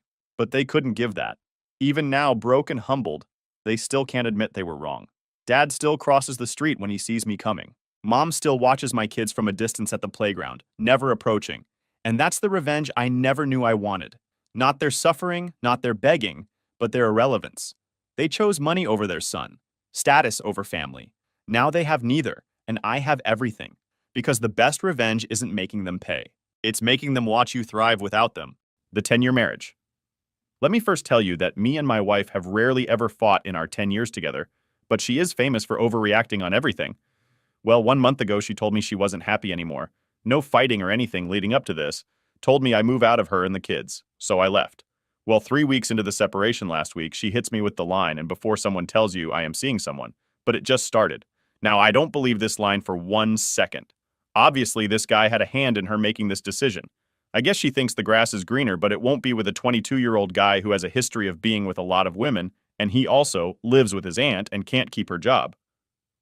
Anyway, she is pushing for the divorce hard, and she called me tonight to talk about lawyers and just wanting to get it over with. She said she will agree to anything. So I said, how about split custody? And she was okay with it? Well, if anyone knows her, she would have never been okay with not having her kids half the time. I've read people in affairs have a cloudy head, but I just don't understand her thinking in this. Is she trying to rush all this? So she can be with the OM, even if it means she? Stupid choices like this. It all seems fishy the way she is acting and okay with everything just to get this over with. What do you think is going through her head? Now is the time to get it with her. Willing to throw everything away for her. OMG, she's hardly a cougar. She's only 27 LOL. She's barely worked in her life as I've been providing for her since we got together 10 years ago. I just can't believe she isn't trying to get anything out of me. She will come out of this with a vehicle, some child support, split custody, and our home is still up in the air. But that would be it. Talk about head in the clouds, LOL. Either way, I'm hoping she keeps this frame of mind until I can get this on paper of all. This guy isn't in it for the long run. I can guarantee that he might be pushing her and promising her things so she can get this done, so he can move out of his aunt's apartment and in with her. She will be a train wreck once she realizes what she gave away for this other man when things go south for them. Unfortunately, I still hurt over this, but I do see the light at the end of the tunnel, and I agree that I need to get the deal now before she snaps out of this and goes stupid. She is just so stupid and selfish and blinded by this affair that she is willing to give up anything and everything just so she can quickly shack up. Her family really liked me and are heartbroken and embarrassed. She did this, and they are letting her know that they are not accepting of this other man, but she is trying to sell him to them hard. I guess maybe she is thinking that when she is officially divorced, it won't look as bad, and they will be accepting of him. But that is just my guess. I already had his name checked. No record. My WW has always had various medical problems, so I know once she starts having medical complications again, he will be out the door. He also can't hold on to a job, so I'm sure he won't want to take on a woman who doesn't work, and her 2 kids long term. Well, I went to pick up my kids this afternoon for my weekend with them. My wife was acting strange. She was in my personal space, following me around closely. I'm done getting the kids in, and I get in and close my door. She asked to kiss the kids by, and I said, okay. She does that, then opens my driver's door and gets in close. She has this watery-eyed, sad puppy dog look on her face. She throws her arms up on each side of me and say, can I get a hug, and starts leaning in? What is up with that? She is so hell-bent on us being friends. I told her I'm not interested in being friends at this point. She is my wife, well, soon-to-be ex. I grabbed her wrist as she was leaning in and shut her down. She said, you don't want to hug me. And I proclaimed, no, don't touch me. She wanted the separation and wants divorce. And less than a month after separation, she is seeing someone. Why the fuck would she think I want to be her friend and hug her at this point in time? What is going on is this girl's head? Maybe she did just expect me to be okay with this and be like, we'll have a nice life. You screwed me over. But we going to be best friends because we have kids together? No. She is not on any medication except medical reasons. Heart am actually hoping she has fallen for him hard because I know he won't put up with her for long. A 22-year-old with a history of going through his fair share of women definitely doesn't want to take on a woman with 2 kids and a body that is evident of carrying 2 kids LOL. He's with her now for weeks, and once it grows stale, he will be gone. As for the incident that happened today, man, that crap felt good. It was the first time in this month from Hell Separations D-Day that I felt I had the power and I controlled the situation. By me rejecting her hug, I think it shocked her and made her think that he might be stronger than I thought. I see a counselor today for the first time just to help me get through this and let me talk and vent. I felt it went pretty well. The doctor kept saying he was very pleased that I was a really good guy, and just a little I told him he described her as egotistical, self-centered, and very immature. I'd say he hit the nail on the head. She will go through many relationships because she is stubborn and hard to deal with. I offered a stable home and family life, but she wanted something else. I guess sucks that she will drag my kids through this. Basically, she feels that if I am playing along and friendly with her, she will feel less guilt about her putting herself above the marriage and her family. She's trying to make this all one big happy life, whatever her intentions were. When I refused her huge, it upset her. She ended up walking away teary-eyed. I guess it didn't go as planned, Law. It's only a matter of time before she realizes the mistake she made. She is obviously not thinking straight if she thinks that whatever they have together will be better than what she had before. They will never work out. And I can put money on that. Doesn't matter when she realizes because that net will be gone. The thing about me and WW interaction and conversation yesterday was she was still uttering the same, sorry we couldn't make it, but we need to get along and be friends for the kids crap. So with her saying that, I would assume she is still thinking she got a good catch with the other man, but you could definitely tell something was bothering her. Like I said, she had this sad puppy dog look on her face. She was teary-eyed, on the verge of crying, and wanted to hug me. I think she might be having a hard time with me saying I wanted to split custody of the kids. She cried on the phone because I was taking her kids away from her tough crap. She told me that is hurting her. And why do I want to hurt her like that? Yes. She had the nerve to say that, like she thinks I don't know anything about being hurt, or that maybe I should be concerned with her feelings, Law. She's probably a little bit confused now, because consequences are starting to get really aggravated at the moment. My two little kids have been bringing up mommy's new boyfriend this weekend, and how he bought my oldest a birthday present this past week. But she claims he don't go around the kids, but they know his name and they at least talk to him on the phone to say what she wanted for her birthday. This little duck already trying to buy my kids love. I'm not a violent person at all and have never hit anyone in my life but someone. Please tell me why I shouldn't slap the piss out of her today when I bring the kids back and go find her boyfriend and wrap the present around his head. At this point, I'm pissed at her, but I hope this guy eventually gets what's coming to him. Someone already put him in the hospital for the same thing by beating his head in with a bottle. Guess he didn't learn. Well, it seems her breakdown is beginning LOL. She called me a few minutes before I bring the kids back to her to ask if I work tomorrow. My workday is optional tomorrow, but she don't know that. Well, I told her I had to work. She then says, well, I thought you could keep them an extra night to spend time with them, so I can also fill out job applications. Sorry, I have to work. She then starts crying. Well, I don't have anyone for the kids for me to do the job thing, and it doesn't bother you because your world is perfect. Well, hey, babe, that single mom problems don't burden me with your problems. I just exchanged the kids with her, and she seemed to be okay now. In fact, she was trying to make it a point to rub some things in my face. I took everything out, my vehicle, and put it in her car. And when I was kissing the kids bye, she told them, hey kids, guess what mommy has? Now I have your names on me, but I'll show you guys later. I never was fond of her adding more tattoos, so she was making it a point for me to hear so she could rub it in a little. She's trying to change her appearance for whatever reason. She cut her hair short and it's different color. She pierced her lip and is adding tattoos. But I didn't let it bother me. I kissed my kid's body and then just walked over to my truck and got in. I glanced over to make sure no one was walking out in front of my vehicle before pulling off, and I see her with a huge smile on her face, and she blows me a kiss sarcastically. No, I guess she thinks she is bothering me, but I don't show her anything. Not sure what's going on now, but apparently she's starting to freak out a little because she is seeing that I'm not playing her games anymore. She called me earlier to try to provoke a fight, I guess, but I think she was mad that the two kids were crying and saying they wanted to be back with me. She was mad at me because the oldest was saying she hated her a new boyfriend and she wished she could be with me forever. She Maddie, the comment that will, I'm sure they are the same when they with you, that they want to be with me. I said, well, not really. The oldest says she misses you, but the youngest begs me to say that she don't want to go back to you, and that really pisses her off. She kept trying to justify her new boyfriend and saying she deserves to be happy and move on. And I just kept repeating, I don't care. It seems to really be striking a nerve with her because no matter what she said to try to provoke me, I just would repeat, could have moved on, and I don't care. I was in total control. I felt good. And she didn't know what to do. She was getting choked up on the phone, and I could hear the uncertainty in her voice. It all came to an end when she said, oh, so you don't care? Well, what if I was gone tomorrow? You wouldn't care. And I replied, nope, I'll just collect your life insurance check. I know this was mean, and I'm not usually like this, but she pushed my buttons. Well, she hung up on me, and I could tell it upset her. But it was kind of funny because I said something. I don't remember what it was, and she said, really? So you weren't happy too? So this is the right thing to do. She got excited because she thought I was admitting to the marriage being a failure and justifying her actions. I responded to that with, no, I didn't say anything like that. I didn't say that I wasn't happy. Don't put words in my mouth. Definitely not getting satisfaction from her calling me more than she has to.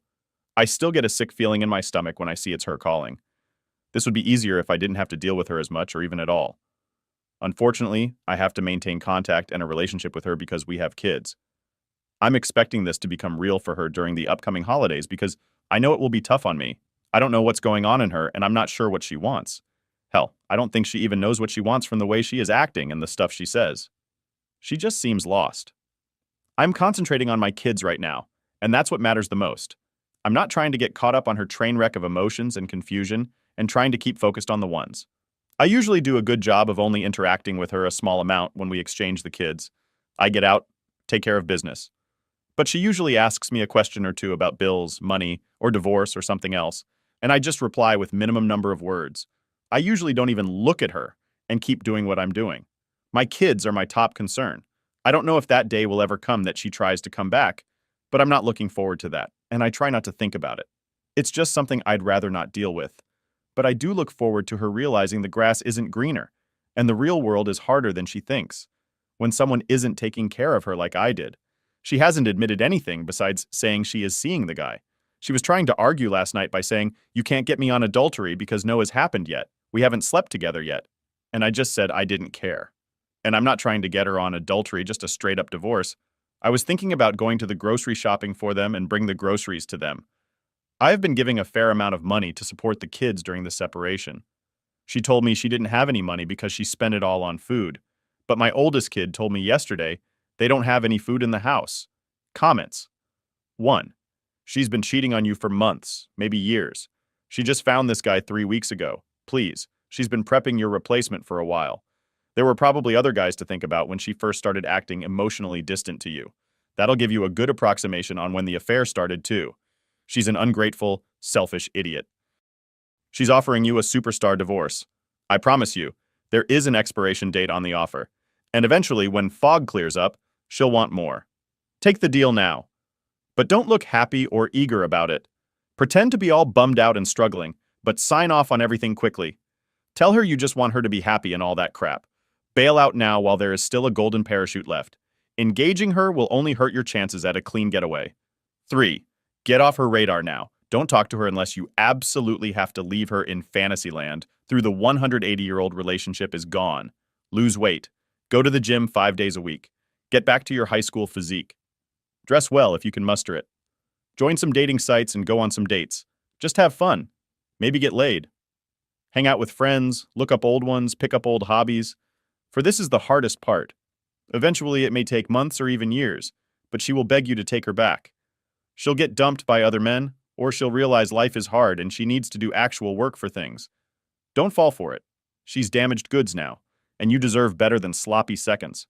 She wants to be your friend because of guilt, but more importantly, because she wants Plan B around you.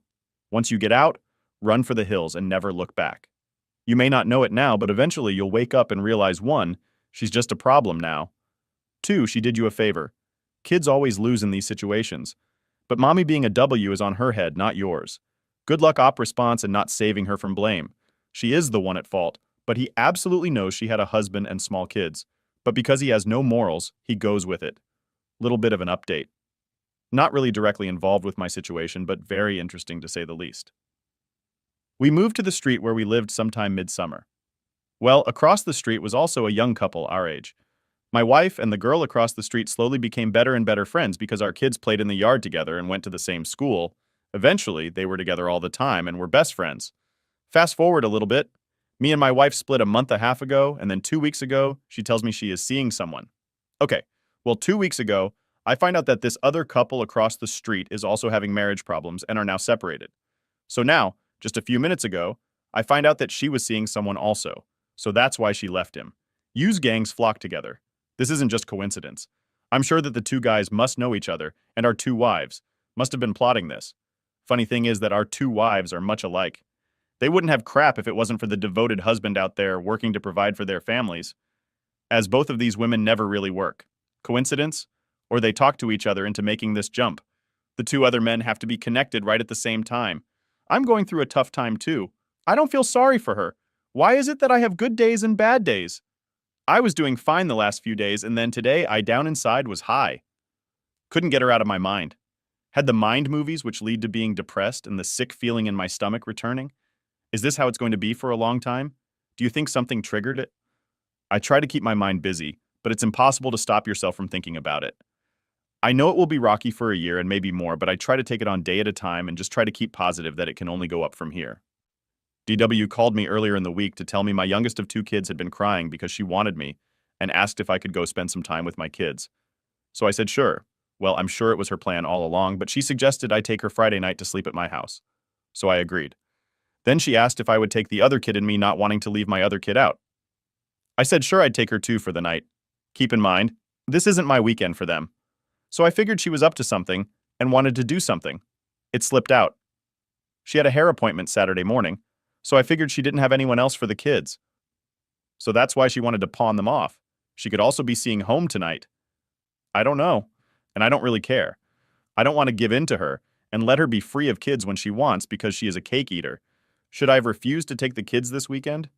I followed through what a bunch of you guys suggested. I gave her a gift card to the local grocery store, 75% of her child support I would usually give her. She, of course, reacted like I figured she would.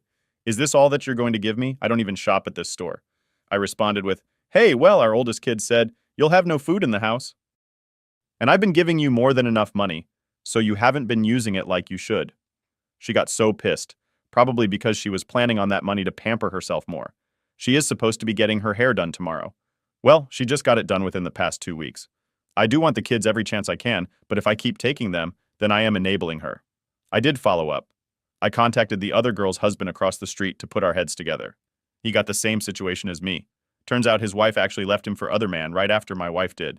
I asked him if our wives knew other men possibly know each other, and he said yes, they are best friends. So apparently, our wives decided to make this jump to other men together. Other men that, I might add, both have nothing in life with relatives and both can't keep jobs. The BH is a bit of a tough guy, so he won't show that he is hurting. But by bringing up the subject to him, he started to spew info, so that means he is hurting. He handled things differently, thought his wife moved out, not sure if it was his or her choice. He went right out and got a new girlfriend, but that was probably a move to show up his wife. They've had problems before, as he found out. She made out with his friend months before. Our wives are very similar. Both wives don't work and never really have. They are at-home moms and have had husbands that have good jobs and both have been take very well care. They just bought a brand new home, maybe 3 months ago. Women just don't realize what they are throwing away. And for two other men that are probably only with them for the fun. Both other men are early 20s. Wives are mid to late 20s and the guys are not settled in on life. I doubt a 22 and 20-year-old guy wants to take on two women with kids already that don't work and have bodies of women that carry babies. This won't end good for the wives, is when this blows up in their faces. They won't have anything to come back to. New details add to my story. This is kind of funny if you've been following my story. You know my wife and her new best friend. Our neighbor decided a few weeks back to take the plunge together and leave their faithful, hardworking husbands for two best friend other man. Well, I get my kids today, and since I picked them up, all I kept hearing about was this friend my kids have. And her mom. This lady was good friends with my wife a few months back before we moved, but my wife decided to stop hanging out with her because of the lady's poor choice of boyfriends, which were all thugs. Well, apparently my wife and her are hanging out again off. And so I found that fishy. So I asked my oldest if they still see the neighbor across the street, other WC wife's best friend. I love kids because it doesn't take much to get them talking, LOL. My oldest tells me that no, we don't see Mikay anymore because her and mommy fight bad. So I was like, oh, so why are they fighting? She says, because mom is mad at her because she is trying to get back with her husband. I almost couldn't contain the laughter. This is so funny. My wife must have talked this girl into leaving her hubby for her own best friend, and now she is mad at the girl for trying to get back with her husband. At least one of them was smart enough to realize she made a mistake.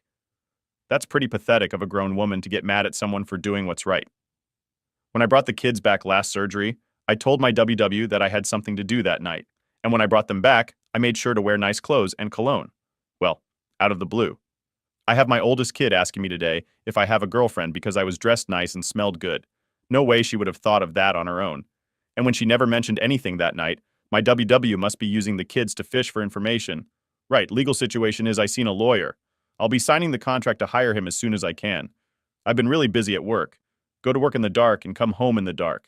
I don't want her back. Leaving a marriage with small children to chase some fantasy is an inexcusable act in my book. Only problem is I'm having problems detaching. This is tough. I'm working on it, concentrating on myself and my kids' relationships. I'm working on improving myself through exercise and individual counseling. I can't just push past all the stuff she's doing, and her behavior is always on my mind. I have to detach, but it's rough up to story. I usually have something to update when I bring my kids back to WW after my weekend. And this weekend is no different. First of all, when I get my kids, I concentrate on them. I don't pry into mommy life or try to get info out of my kids. This info would just hurt me anyway, so I don't want to know it. They will occasionally say something my days with them, and then I might ask a question based off of what they said. But I don't want to ask about mommy or her new boyfriend. And that never came up yet. The little bit they say is mostly about other details or whatever they slip out. So as usual, right after I drop them off to her, my phone starts ringing, which I ignore it because I just know it will be WW with her stupidity and will be looking to chew my silver for something. Well, after it kept ringing, I answered and I was right. WW was accusing me of grilling my kids with questions about her and her new boyfriend, which I never even did. Then she says, "And whoever Nancy, I don't know who she is, but she better not touch my kids." Nancy. Who the hell was Nancy? I guess she is accusing me of a Nancy being my girlfriend, but I don't even know her Nancy. It pisses me off because I'm tired of I drop them off. I get a phone call with her saying, "Gee, I'm asking the kids question or whatever." Funny how I had them for the past 4 days, but they don't say a whole lot about the other side. But 2 minutes after they get in her care, she supposedly knows I'm asking the kids questions. Sounds to me she is growing the kids as soon as they get in the car about whether or not I am asking the questions. She's got a boyfriend, but it seems like it gets her fired up with the potential thought of me having a girlfriend. How do I handle this? She needs to grow the deck up, but that won't happen. So how do I handle her immaturity on my part? Seems like she is jealous. My kids ask me as soon as I get them if I have a girlfriend. And then she accused me of a Nancy. Seems like she's trying to get info out of my kids and that she is jealous, worried at the possibility of me having someone else some days later. What a start to a crappy day. When WW revealed to me she was seeing someone, she said it was okay because he doesn't go around our kids' bullcrap. I went this morning to drop child support check off at the home so I could leave it there and not have to deal with her in person. Well, what do I see? The little duck sleeps there.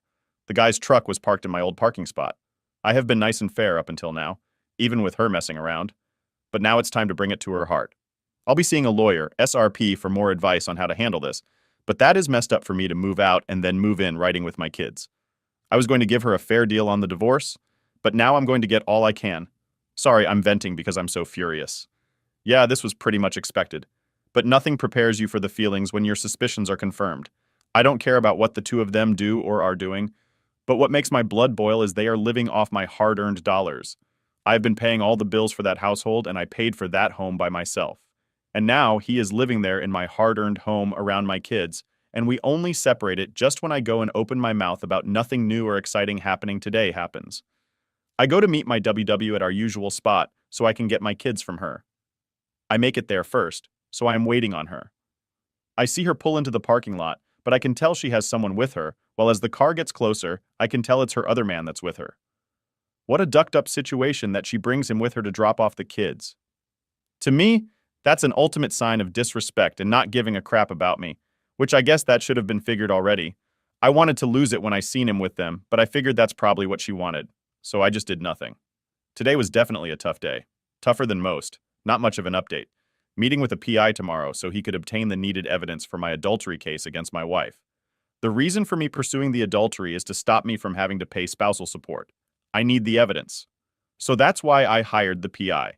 I will save money in the long run by hiring this guy and avoiding paying her spousal support updates to my situation just because some of you are interested. I get my 2 kids every other weekend, and this coming weekend would be mine with them. But setbacks were asked for them, so I agreed, and I took the kids this week instead. Anyway, I was going to get them yesterday after a doctor appointment I had. Well, she starts texting me if I'll be long because she has to go 30 minutes away for a job interview in an hour. Now understand, she has had jobs for 10 years. We have been together, but they never last. So she's never really had to work. I can only come out the doctor as fast as the doctor gets to me, but she increasingly starts getting impatient about me taking too long. Eventually, it gets to the point that she is saying that I have once again screwed her because she won't make it to her interview, and she has to work because I'm not giving her support money. I am only paying all the bills. I stayed calm the whole time and was never ugly with my responses through text while I was in the doctor office. I told her to send the kids into the office if she had to go, and I'd meet them in the waiting room and let them in the back with me. But for whatever reason, that wasn't a good plan for her. I eventually come out and she is waiting with the kids in the parking lot for me, and immediately starts that she is pissed off that I screwed her over again, that it is my fault she is late. Start saying that court needs to happen so my rear could get handed to me. She said that I was always a jerk when we were together, so why would I be any different now? She then starts again with the finances that I'm not supporting the kids, and that I'm only paying bills that they have needs. Granted, I was giving extra money, plus paying all the bills $4,000 and 3 months worth of extra money, but stopped when I say the money was just being used to buy her new clothes and hair and makeup. I never get worked up, so I kept blowing her off by saying, "Yep, okay." She eventually gets in her car and is still yelling at me through the window, and I'm not even saying anything. I smirked because she was getting so worked up over nothing and her eyes were getting watery. Then she says, "Oh, you are eating this crap up," and at that point, all I did was laugh and get in my truck to leave as I'm closing the door. I hear her say, "You are a loser. You always were and will always be a loser. And I'm glad I finally opened my eyes to you." Now, I guess she doesn't know what a loser is. I have a great job. I have a good relationship with my kids, friends, and family. I have always taken care of my responsibilities like a man and have never hit or cheated on my wife. On the other hand, she has never really kept a job for long with long periods of not working between jobs. She is always in the middle of drama, has no education, and left her husband for a boy younger than her who can't keep her job and looks like a little punk. I heard after that her boy toy got fired from his job 2 days ago for being 2 hours late. So that explains why she's panicking and trying to all of a sudden find work now and never think it was important before. Yet I am the loser in her eyes. When I first started posting, many of you said she was a train wreck waiting to happen. And for me to just worry about myself and my 2 kids, well, I've been doing that and I'm just sitting back and enjoying the show, lol. I heard from someone in the know that her and her boyfriend had broken up 3 or 4 times in December alone. She has always been that way, so I wouldn't think now would be any different with her blaming me for everything. I had a doctor appointment before she had an interview, but it was my fault she was late. She will project everything onto me and that she is so happy now and glad she opened her eyes. You know what's truly said? She claims I'm a bad dad and never wanted anything to do with my kids. But last weekend, my little one told me straight up that I wish when mommy broke up with you that I didn't have a mom and I could live with you forever. How sad is that for a little 4-year-old to say that about their mom? Little kids always love their mom, and for her to say that says a lot about both sides of the situation. I don't know her motives behind bashing me, whether she actually believed this crap about me or not, and I don't care. But she must be trying to convince herself or someone else that she made the right choice. Glad she is stressing, though. She put me through a lot, the first few months while she lived it up, no consequences. Time for her to see that life isn't perfect. This is just the start of her problems. Believe me, I kept that ship righted for a long time. Update, I took my kids a few weekdays this week instead of my usual weekend. That way I could get both my kids' eye exams at the eye doctor. I know setbacks. You never would be responsible enough to even get that done. One of the nights I had the kids. I believe Tuesday I am woken up to a text message at almost midnight. I look over at my phone and it's my setbacks. W's mom. She sent me a text basically just saying that it seems that I lost trust in her because I don't respond to her texts anymore and that she is sorry I feel that way. She said she loves me very much and hopes for the best for me, and that she misses me very much and felt the need to tell me. She went on to say that she is thankful of the 2 grandkids I gave her and that they are a constant reminder of me. Basically, she loves me and misses me. That she wanted me to know that the day I was supposed to bring the kids back, the setbacks. W asked if I could keep the kids later than I was supposed to because she had job search stuff to do. A reminder, that piece of crap. Other man just lost his job a week ago and she never really worked. So now they're desperate. I agreed to it as it gave me more time with my kids, and I spent the day doing fun stuff with them. After the eye doctor appointment, when it came the time for me to bring them back, she asked if I could bring them to her or to her mom's because she was in so much pain that she couldn't move again. She's always had medical problems. When she decided to leave, she was feeling healthy and felt she was probably past the health problems. I wasn't going back to the home, so I decided to bring the kids to her mom's. I got there, got the kids and their stuff out, the vehicle and wall to the door. Her mom comes out and asks how I am doing and if she could have a hug. I went with it. My oldest kid asked her if she could go to the store, and her grandmother responded that she was waiting to see if my STB was going to go to the emergency room. So apparently the pain story was true. I woke to 5 texts and a couple of missed calls early Friday morning. It was ding ding again, asking if we had dental insurance because her tooth was hurting her. So apparently she is having the stomach pains and problems and also the dental problems. Karma. I gave her the needed info on the insurance. Since then, I have been receiving the sad story text from her stating she is in horrible stomach pain. But her doctor won't see her until she pays what she owes him from her surgery she had 2 months ago. She's also asking if I could help her so she could go to the dentist because her tooth is killing her, and she is in so much pain. I haven't even been responding to her texts unless it's a reasonable text. She has started texting since Wednesday asking if I got my W-2 and from work so we can hurry up and go get our taxes filed. I'm guessing she is counting on her half of the tax refund to get her out of her sticky situation needing to pay doctor so she can get another stomach surgery and dentist visit, and also save her sofa from being taken away because she's late on making payments and not sure what she expects from me. She is the one that decided to leave me for this other man, little punk. I guess she thinks I'm supposed to support her or something, but her being on my insurance right now is all the help she's going to get from me. I don't want to hear her sad stories. They aren't my problems anymore. When she left me, my job and income came with me. Sorry, she doesn't work, and her knight in shining armor can keep her job and just got fired. Pretty pathetic that she is counting on someone else's accomplishments to bail her out of her crappy situation she is in right now. The tax refund that we get every year is because I work hard for what I have, and she hasn't contributed to any of that income and taxable income for a good many years. I'm a good guy, and even though she did this horrible, unforgivable stuff to me, I still feel kind of sorry for her. I doubt she's making up the medical issues because she's always had medical problems. As much as it sickens me as to what she has done to me and is putting my kids through in this situation. They do need both parents. It seems like my kids are spending a lot of time at my mother-in-law, so I am truly torn in this situation because I don't want my kids to suffer from mom not being about to care for them because she's in bed all day. But the truth of the situation is, she made her bed. Now she has to lay in it. Like many here have said, she has fired me and hired that great cat she has now. Mr. Unemployment LOL. Her health problems are exactly that. Her problems. I'll look into what I should do on that doctor payment situation tomorrow, but she needs to stop laying her problems on me. When she chose the punk other man over me, her problems were none of my concern anymore. Other man lost his job. Now they are scrambling for money and answers. Real-life consequences are finally starting to catch up with her and that greener grass. New life isn't as nice as it seemed from the other side of the fence. She is aware that we are divorcing. I don't think my mother-in-law's actions had anything to do with my WW possibly wanting to. She just knew from the beginning that my WW was making a big mistake by throwing away what she had for what she was going after. Her mom genuinely misses me, I'm sure, because I did a lot for them over the years and bailed them out of some tough situations. As for your last question, no. I have no interest in taking my WW back, even if she came crawling back. What's done is done, and it's time to move on with my life without her. I'll have a good life because I am responsible and have a good career. And of course, I'll take good care of my 2 kids. Only person's future that she threw away was hers. New up to my ass. TBXW still reaches out to my buddy sometimes to talk to him.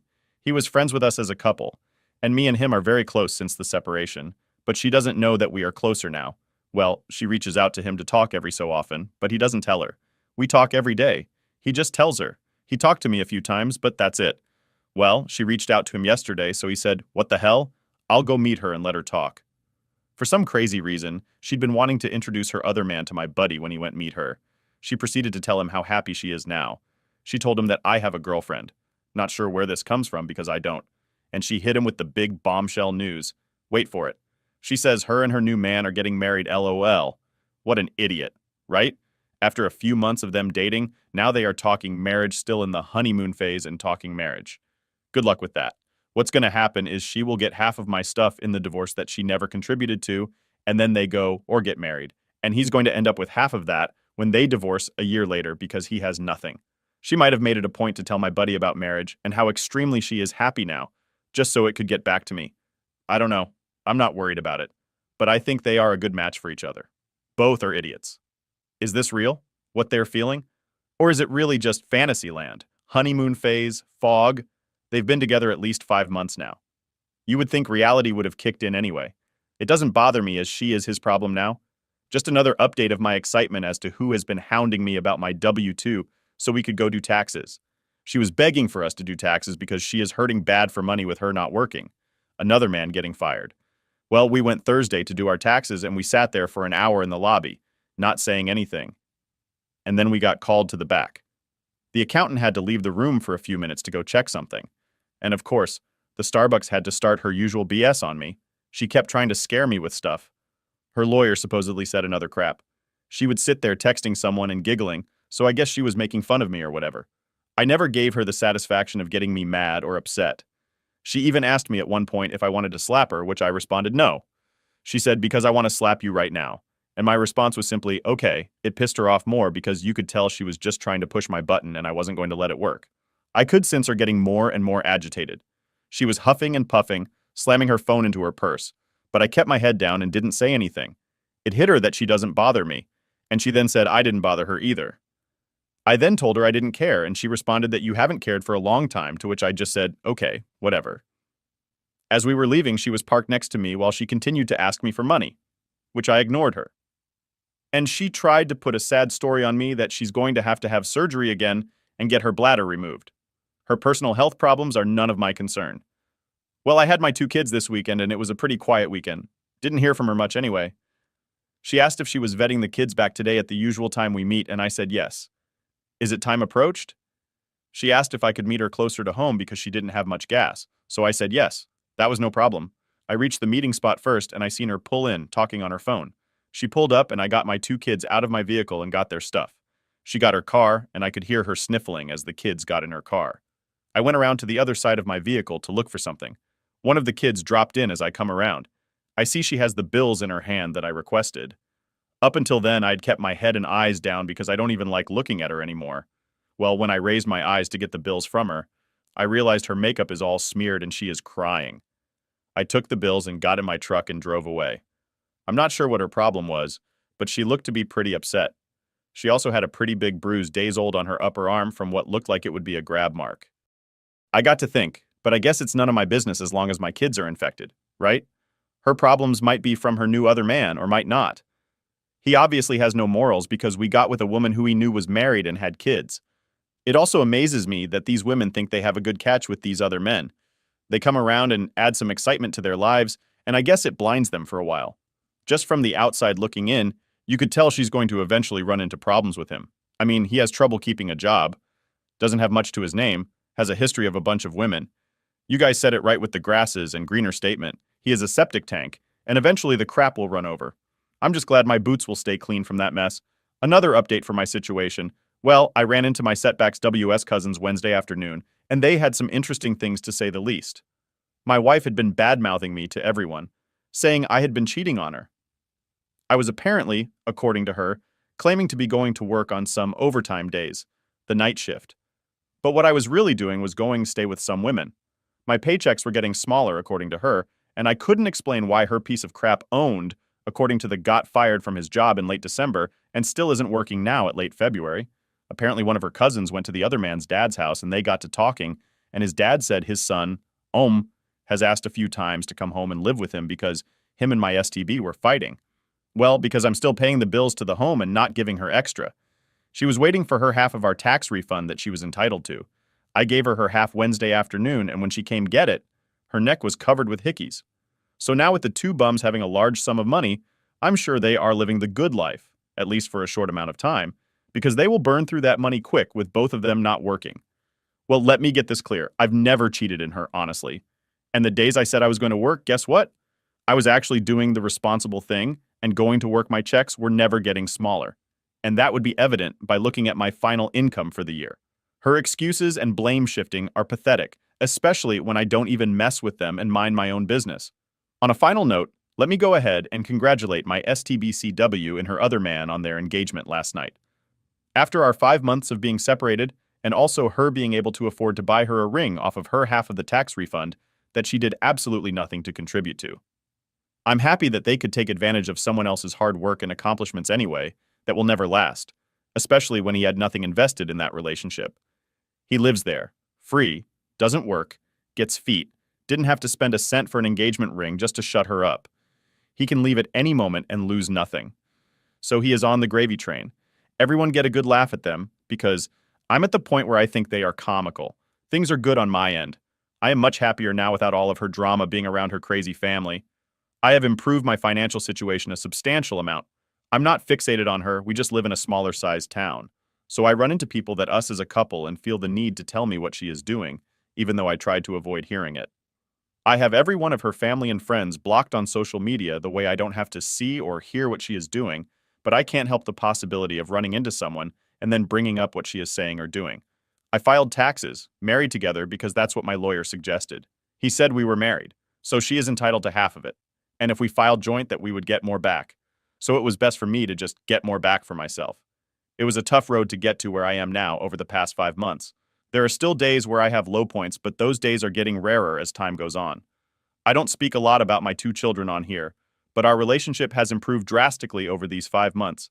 My oldest has always been attached to her mother, and it was hard to get her to stay the full weekend with me at the beginning of the separation. But last weekend, when I had them, she asked to stay longer. As for my little one, she has always been a daddy's girl, and would live with me, given the choice. Every time I have them, I try to make it where we do fun things that they will remember. We do things that make them look forward to coming back with me. I give the attention and listen to their needs. My WW claims she is such a good mom because she is with them so much, but not much of that time is spent focusing on them without her being distracted by her phone or friends' family. I'm looking forward to growing our relationship, and when the time comes for me to date, I will find someone who is great with them. My comment, how are you guys like this? Long story, I thought it was a decent ending because OP is going to a better place after this marriage. You agree? Comment down below, sub and bell, and I will start working on the stories for tomorrow. Stay tuned. Today's story is about a 17-year-old kid who got falsely accused by his own adopted sister in front of his entire family at a dinner party with 30 witnesses. His dad broke his jaw. His mom told the cops to take him. His brother spit on his shoe. And that was just the first night. What happened over the next 10 years is one of the wildest survival to revenge arcs I've ever covered on this channel. This kid went from sleeping in his car behind a gas station to building something his family could never touch.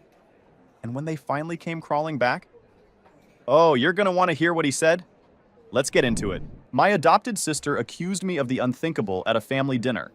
They threw me out at 17. 10 years later, they showed up begging.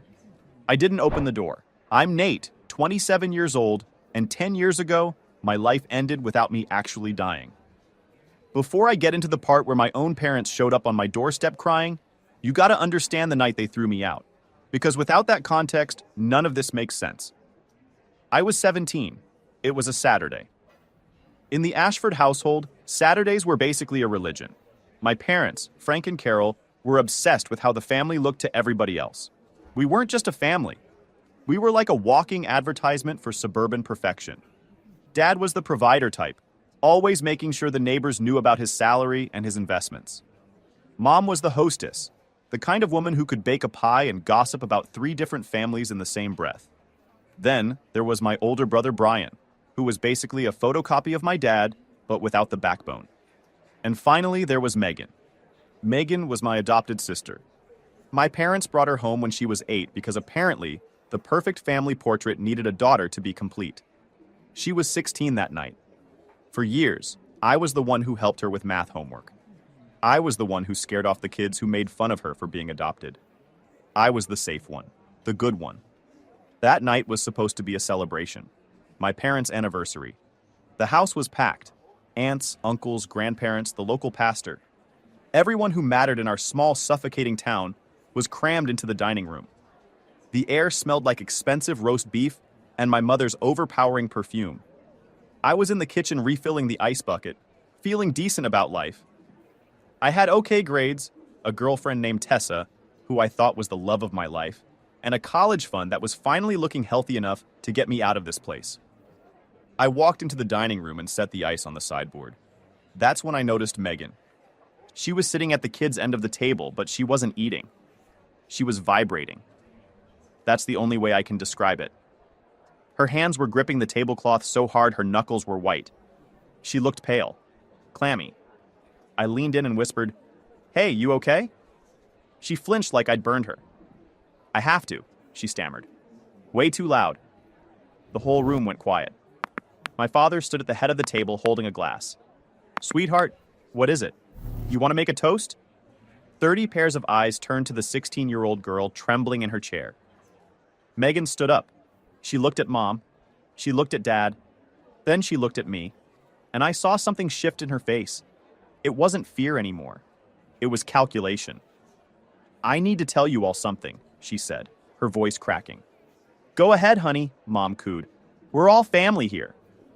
"I'm pregnant," Megan whispered. The silence that followed was instant and suffocating. You could hear the grandfather clock ticking in the hallway. Dad's smile froze. Mom's hand went to her necklace. "Pregnant," Dad repeated. "Who did this?" And then Megan started crying. Not just crying, she sobbed, shoulders heaving, face buried in her hands. It was a performance worthy of an award. "He forced me," she wailed. "I said no. I said we shouldn't. But he forced me." The room erupted. My uncle stood up. "Who? Give us a name." She lifted a shaking finger and pointed it directly at me. "It was Nate," she choked out. "Nate did it." I stood there holding a napkin, my brain completely short-circuiting. I looked at my dad, expecting him to laugh, expecting him to say, "Don't be ridiculous. Nate is your brother." But he wasn't laughing. His face had turned a shade of purple I'd never seen. He crossed the room in 2 strides and swung. His fist connected with my jaw. I crashed into the sideboard. Ice bucket, glasses, everything shattered on the floor. "You animal!" Dad roared, standing over me. I scrambled backward on the hardwood, spitting blood. "Dad, stop! I didn't do anything. Listen to me." "You don't call me that," he spat. "You don't have a father. Not anymore." I looked at my mother. She was holding Megan, rocking her back and forth. I locked eyes with her. "Mom, please, you know me, I wouldn't." Her eyes were cold. "Get him out of my sight," she hissed. "Call the police. Get that monster out of my house." My brother Brian stepped forward. He looked at me on the floor, bleeding, surrounded by broken glass. He didn't offer a hand. He spit on my shoe. Minutes later, the cops were there. I was hauled out in handcuffs, paraded past the neighbors who had gathered on their lawns. In 10 minutes, I'd gone from the kid with a college fund and a bright future to the neighborhood monster. Hold on. This is me jumping in, not the OP. I need every single one of you to understand what just happened. This girl pointed a finger, and this family went full Salem witch trial without asking a single follow-up question. Not one. Dad didn't pull Nate aside. Mom didn't ask for a timeline. Brian, who I'm officially naming Captain Saliva, spit on the kid instead of using 2 brain cells. This is some Lord of the Flies energy, except nobody's stranded on an island. They're in a dining room with roast beef. And they still chose violence. Anyway, it gets worse. Buckle up. They took me to the station. Cold interrogation room. Mirror I knew was 2-way.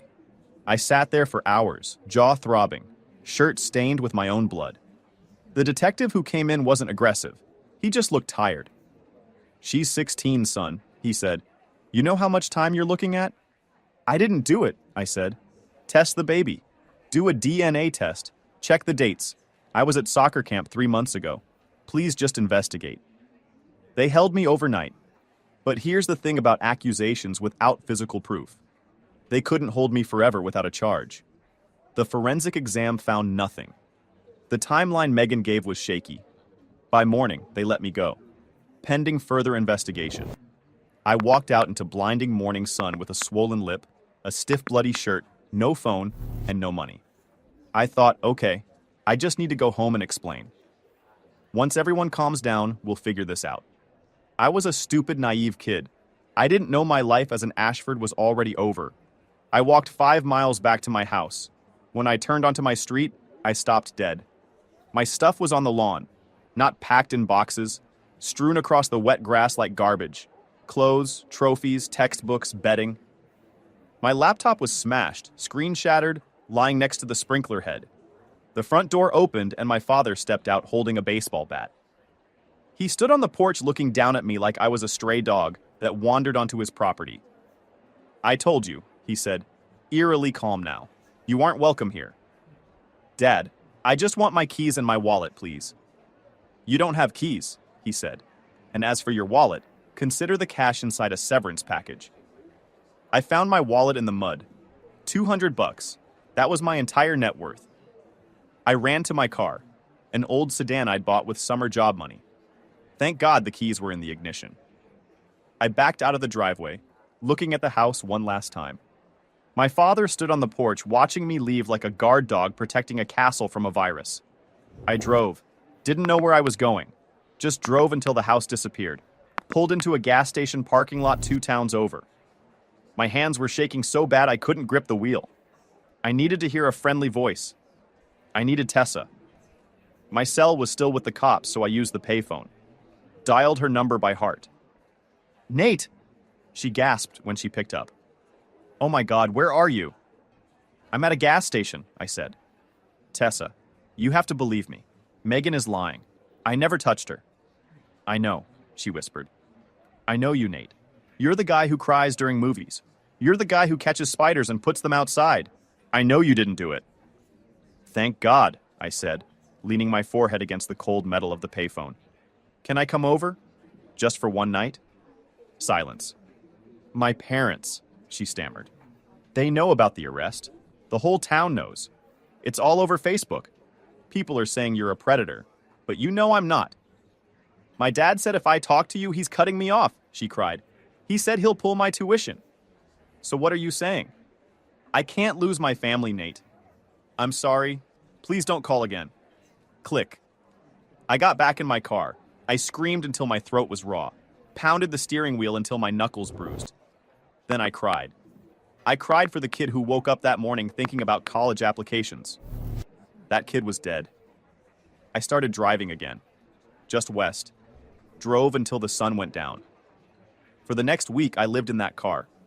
Walmart parking lots, gas station bathrooms with harsh brown paper towels, peanut butter sandwiches. The $200 drained fast. By day 7, I was in a town called Maplewood, 3 states away. I was starving, not the skip lunch kind of hungry. My stomach was cramping. Head felt light and floaty. I smelled like sweat and old upholstery. My car sputtered and died right as I rolled into the parking lot of a rundown diner called Hank's Grill. Actually, back up. I forgot to mention this part. It wasn't like I chose the diner. The car literally ran out of gas in the parking lot. Fate or bad luck? I still don't know. I sat there for an hour watching people eat through the window. There was a sign taped to the glass, handwritten in black marker. Help wanted. Dishwasher. Cash pay. I pushed the door open. A bell jingled. A man was behind the counter. Big, bald, gray beard. Forearms like ham hocks. He looked up, scanned my dirty clothes, my shaking hands. "We ain't a shelter, kid," he rumbled. "Buy something or get out." "I saw the sign," I rasped. "For the dishwasher." He stopped wiping. He looked at the sign, then back at me. "You ever washed a dish in your life?" "Yes, sir. I work hard. I just need a job." He stared at me for an uncomfortable minute. Then he reached under the counter and pulled out a basket of fries and a burger that looked like a mistake order. "Eat," he said. "Then you wash. If you break anything, I break you." That was how I met Hank. And that was the day Nate Ashford, well, the old version of me, truly vanished. Yo, time out. For the listeners, this is me, not the OP. Can we talk about Hank for a second? A trucker comes in with a newspaper showing Nate's face, says that's the kid from the paper. And Hank looks at the photo, crumples the whole newspaper into a ball, tosses it in the trash and goes, "Don't look like him to me." This man chose a dishwasher he'd known for 2 weeks over the entire justice system. That's Gandalf level, you shall not pass energy, aimed at a trucker eating fries. Hank is the real MVP of this entire story, and I will not be taking questions on that. Moving on. The kitchen at Hank's Grill was brutal, and I loved it. 12 hours a day, hands in scalding water, scrubbing grease off plates that had been dirty since the 80s. My back ached, fingers pruned and cracked. But for those 12 hours, I didn't have to think. At the end of that first shift, Hank tossed me a set of keys. "Attic," he grunted. "There's a cot. Don't smoke. Don't bring girls. Don't steal." The attic was basically a storage closet with a window and a mattress on the floor. To me, it looked like the Ritz. Over the next few months, Hank started teaching me things. He saw I was smart and hated sitting around doing nothing. When the walk-in freezer broke, he didn't call a repairman. He called me over, showed me the compressor, the coils. I started reading manuals, started fixing the AC units, the fryer, the ice machine. I liked machines. Machines didn't lie. If a machine was broken, there was a reason. And if you followed the logic, you could fix it. Humans weren't like that. One night after closing, Hank slid a brochure across the counter. Trade school, HVAC certification. I can't, I said. No diploma, no ID I can use. He pulled out an envelope. This is your salary for the last 6 months. I've been saving the extra. Use it to get a lawyer. Get a name change. Stop hiding, Nate. Build something. I opened the envelope. Full of cash. Why? I asked, eyes burning. Because, Hank said, looking away. My son would have been your age if he hadn't made different choices. Don't waste it. I studied for my GED at night in the attic. Got my certification. Changed my name legally to Nate Sterling. Sterling was my grandmother's maiden name, the only person in that family who ever showed me unconditional love before she passed. I was rebuilding myself piece by piece. 5 years passed. I wasn't a dishwasher anymore. I was a lead technician for a local HVAC company.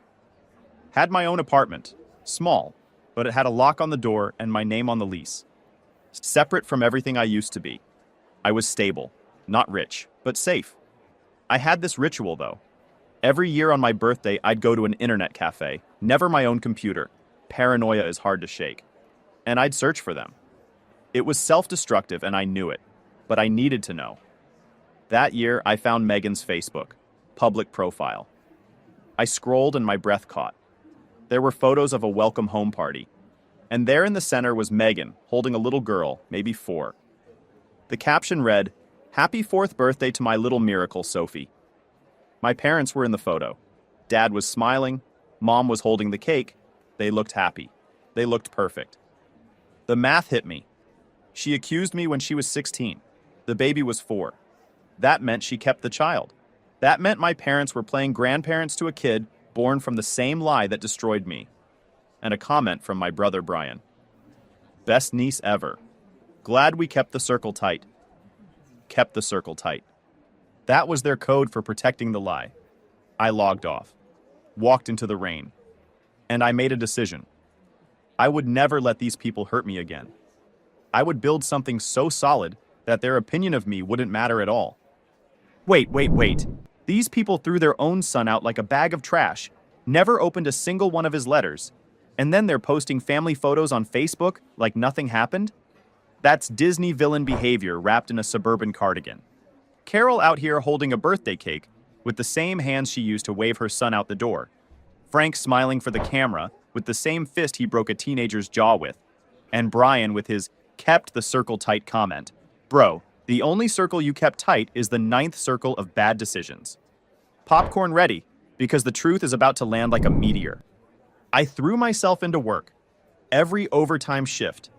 Every crawl space job nobody wanted. I was eating gas station burritos for lunch most days.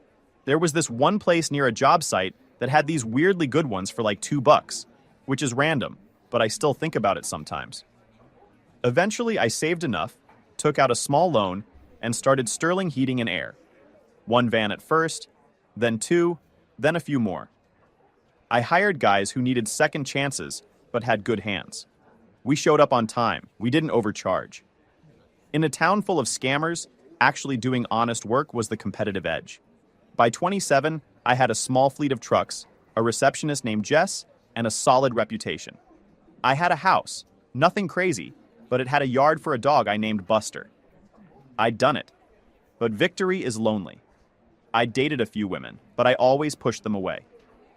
Soon as things got serious, soon as they asked about my family, I shut down. Couldn't risk another Tessa. Then, on a random Tuesday in November, I remember because I just closed the biggest contract Sterling had ever landed, a commercial complex downtown. Jess buzzed my intercom. Her voice sounded off. "It's a woman," she whispered. "Says her name is Tessa. Says she has information about your family. Says she's crying." The pen I was holding snapped. Clean break, ink bleeding onto my thumb. I picked up the phone. "This is Sterling," I said. "You have 30 seconds. "It's Megan," Tessa rushed out. She's been arrested. It's all over. The lies. Everything. She's in county jail. What did she do? Not shoplifting, Tessa said. She did it again. She accused someone else. A cold chill ran down my spine. Who? A man named Grant Palmer, Tessa said. A developer. Older. Wealthy. Megan was working as his assistant. She went to HR, went to the police. Told them he forced himself on her. Told them she was pregnant. Same script. Same performance. Same tears. But Grant wasn't me. Grant was ready. He had cameras in his office. Audio recordings. He had proof that Megan came on to him, that he rejected her, and that she threatened to ruin him, like she ruined her brother, if he didn't pay up. She said that? I whispered. She mentioned me? She was recorded saying it, Tessa confirmed. When the police played the tape, Megan broke. She didn't just confess to framing Grant. She confessed to everything. The detectives pulled up my old file. They pressed her about the pattern. She told them about the night at the dinner table. She told them I never touched her. She told them Sophie isn't mine. Who was the real father? I asked. A guy named Travis, Tessa said. He was 19. He told Megan if she named him, he'd hurt her. He skipped town the next day, and there I was. The brother who helped with homework, the brother who never fought back, the safe target. I was a shield, I murmured. She weaponized my kindness. There was a long silence. Then I asked the question that actually mattered. Why are you calling, Tessa? Why now? Why not 5 years ago?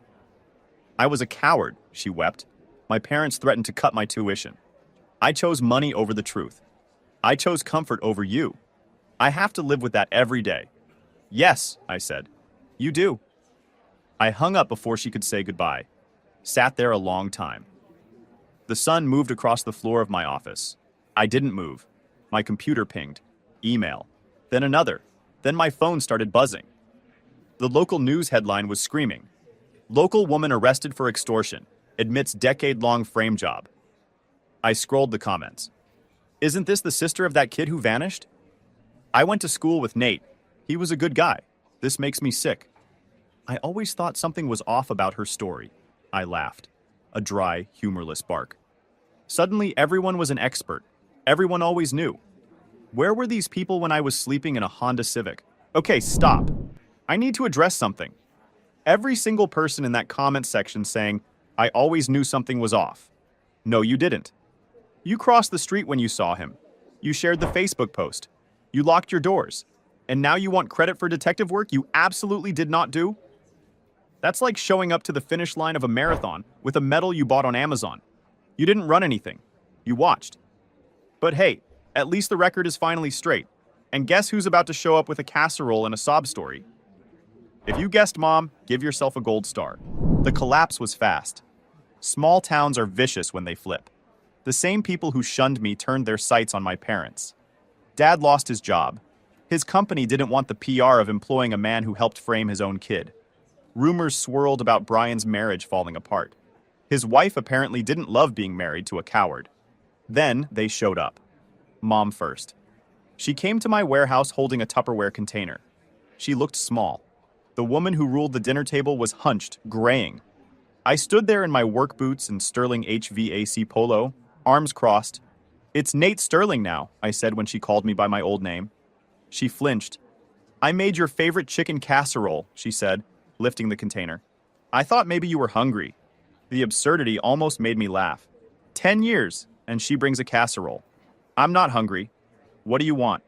I want to apologize, she wept. We didn't know. She lied to us too. We were victims too. Victims. I stepped closer. You watched Dad beat me. You watched me bleed on the floor. You didn't ask me a single question. You threw my clothes in the mud. Your father was so angry, she sobbed. I was scared. You weren't scared, I said. You were relieved. You preferred the lie because it was cleaner. Easier to sacrifice me than to admit your perfect daughter was flawed. She begged me to come home. Said Dad wasn't doing well. I told her to take her casserole and leave. Told her if she came back, I'd file for a restraining order. She set the Tupperware on a shipping crate and walked away sobbing. I threw it in the dumpster. 2 days later, Dad showed up. No food. Just attitude. He barged past Jess, who later told me he didn't even look at her, just walked straight through like he owned the place. And I heard the commotion from my office. He walked in, looked around at the desk, the awards on the wall, the lot full of trucks. "You've done well," he said. "No hello. No sorry. Just an appraisal. Like he was touring a property he might buy." "We need you to talk to Grant Palmer," he said. "Tell him to back off. The lawsuit is going to bankrupt us. He's talking about taking the house. We lost our daughter to prison." "You didn't lose her," I said. "You enabled her." "We made a mistake," he said, slamming his hand on my desk. "We're human. Blood is thicker than water." "I'm not an Ashford," I reminded him. "You said it yourself. You erased me." I pressed the intercom. "Security, I have a trespasser in the executive office. Please remove him." His jaw dropped. "You're calling security on your father?"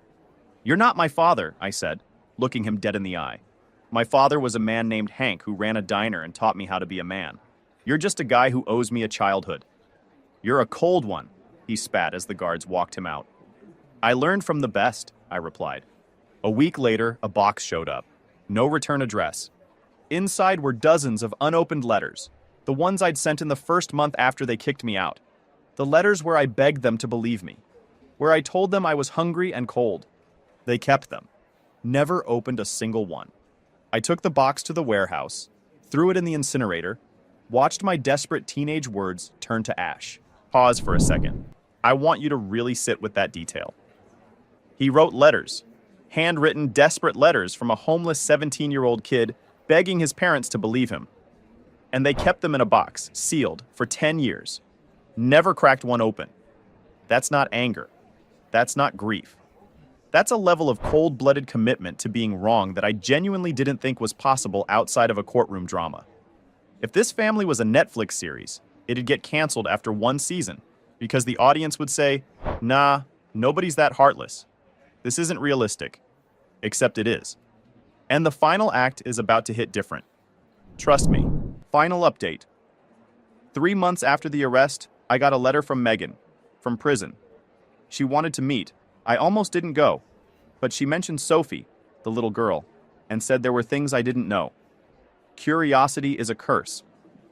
I drove 2 hours north to a gray concrete facility sitting in the middle of a dead cornfield. Went through security, sat down at booth 4 behind plexiglass. When Megan walked in, I barely recognized her. Gaunt, dull hair pulled back in a severe bun. She looked 20 years older than 26. "You came," she said through the phone. "I had a free afternoon," I lied. "Talk." She told me why she picked me. Travis, the real father, had a gun, threatened to hurt her if she named him. So she picked the safe one, the gentle one, the one she thought her parents would handle quietly. She didn't think they'd throw me out. She panicked.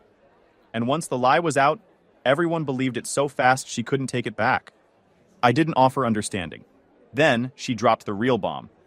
"It's about Sophie," she said. "She's 10 now. She asks about her father. And Mom and Dad, they told her you're her father. That you were a bad man who hurt me and ran away. They showed her your high school photo. She hates you, Nate. She thinks you abandoned her." The blood drained from my face. They hadn't just erased me. They'd turned me into a boogeyman for an innocent child. They poisoned a little girl's mind to protect themselves. I stood up. "You tell them," I said, my voice shaking. "If they don't tell that girl the truth, every bit of it, I will sue for defamation so hard they won't have a house to sleep in." She couldn't help. She was behind bars. That was her problem. I hung up the receiver, stood up, and walked out without looking back. The fluorescent lights hummed overhead. The guard barely glanced at me. I got in my truck, sat there for a minute staring at the razor wire, then pulled out my phone and called Grant Palmer. "I'm ready," I said. "Let's end this." The civil trial was quick and brutal. Grant's legal team was thorough. I sat on the stand and told my story. For the first time in my life, people were legally obligated to listen. My parents were in the gallery. Dad had lost so much weight his suit hung off him. Mom stared at the floor. The verdict came down hard. Megan was found liable for damages.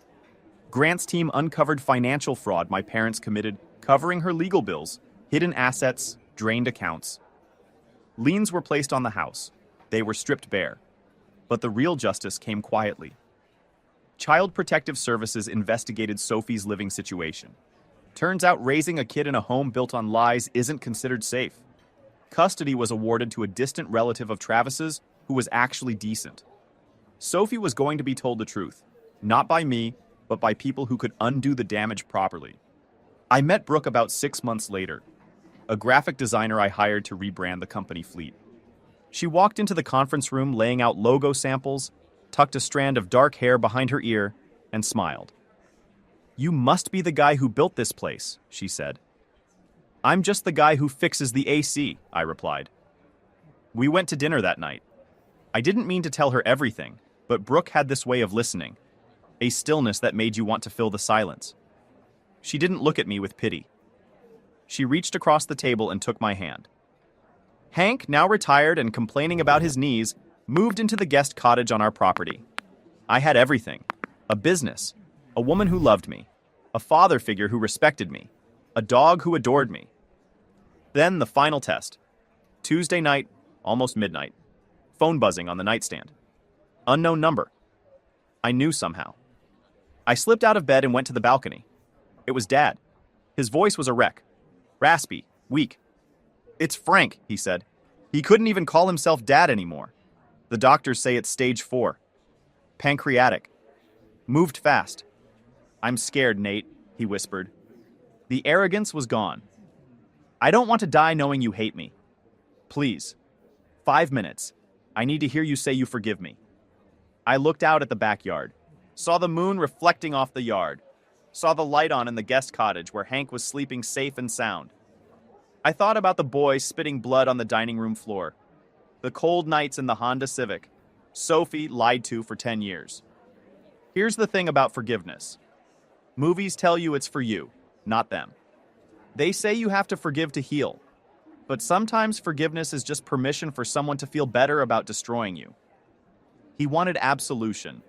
He wanted me to wash his hands clean so he could face whatever came next with a lighter conscience. He wanted to use me one last time. "Frank," I said. My voice was calm, peaceful even. "My father is sleeping in the guest cottage. You have the wrong number." I ended the call, blocked the number, blocked Mom's too. I walked back inside. Brooke stirred. "Who was that?" "Wrong number," I whispered, climbing into bed. "Just a spam caller." She hummed and snuggled into my chest. Love you too." The next week I read the obituary. Frank Ashford, 62. Funeral was private. I didn't go, didn't send flowers. Instead, I took the day off. Took Hank and Brooke to a baseball game. We ate hot dogs. Hank got mustard in his beard. Brooke screamed at the umpire. We laughed until our sides hurt. I looked at them, Hank wiping his face with a napkin, Brooke cheering for a home run, and I understood something I'd been circling for years. Biology is an accident.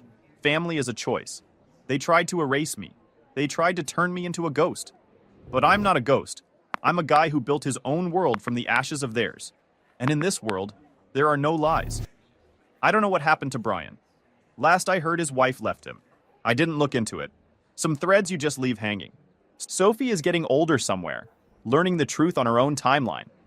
Megan's still behind bars. And me? I'm sitting on my porch with Buster at my feet, watching the sun go down. And for the first time in a decade, I'm not looking over my shoulder. So, would you have answered that call? Look, I'm not going to pretend this guy handled everything perfectly. But when your own father breaks your jaw without asking a single question, when your mother calls you a monster, you don't owe those people a casserole visit and a group hug 10 years later. You owe them what Nate gave them. Nothing. That call from his dying father? That wasn't love.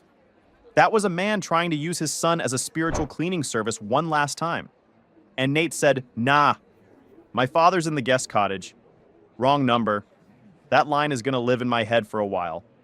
Drop your thoughts below. Would you have picked up? And if you're not subscribed, fix that. Here's a story about a guy who spent his entire life being the family's background character. Not invited to the weddings. Talked about at holiday dinners like he wasn't in the room. Publicly mocked at a housewarming he drove an hour to attend with a gift. He never exploded. Never made a scene. just quietly noted every single thing year after year, until the day he got married and decided not to invite any of them. And what they did next, the Facebook meltdown, the voicemails, the showing up at his door trying to force their way inside, is why you need to hear this. This is Aaron's story. My family excluded me from both siblings' weddings for years. So when I got married, I returned the favor, and they showed up trying to break down my door. People always act like cutting off your family is this massive, dramatic thing. Some screaming match at Thanksgiving, plates flying, someone crying in a driveway while the neighbors watch from their windows. Mine wasn't like that. It was quieter, more like a slow accumulation of being told, in 100 small ways over 30-some years, that I wasn't really part of the group. Until one day, the math just stopped adding up and I walked away. My name's Aaron. I'm 31. I've been married just over a year to the best person I've ever met. I have zero contact with my biological family, my parents, my brother Mike, my sister Jenna. Zero. Not because of one big moment, because of about 2 decades of small ones that nobody ever seemed to think mattered. Growing up, I was the odd one out. Not in a rebellious way, not a troublemaker, just genuinely different from everyone else in my house. Mike played every sport going, had more friends than he could keep track of, and could walk into any room and immediately figure out how to belong in it. Jenna was the same. Sharp, socially fluent, popular in that easy way that looks like no effort at all. My parents understood them. They loved me the way people love something they can't fully figure out, which is to say, from a distance, with not a lot of sustained attention.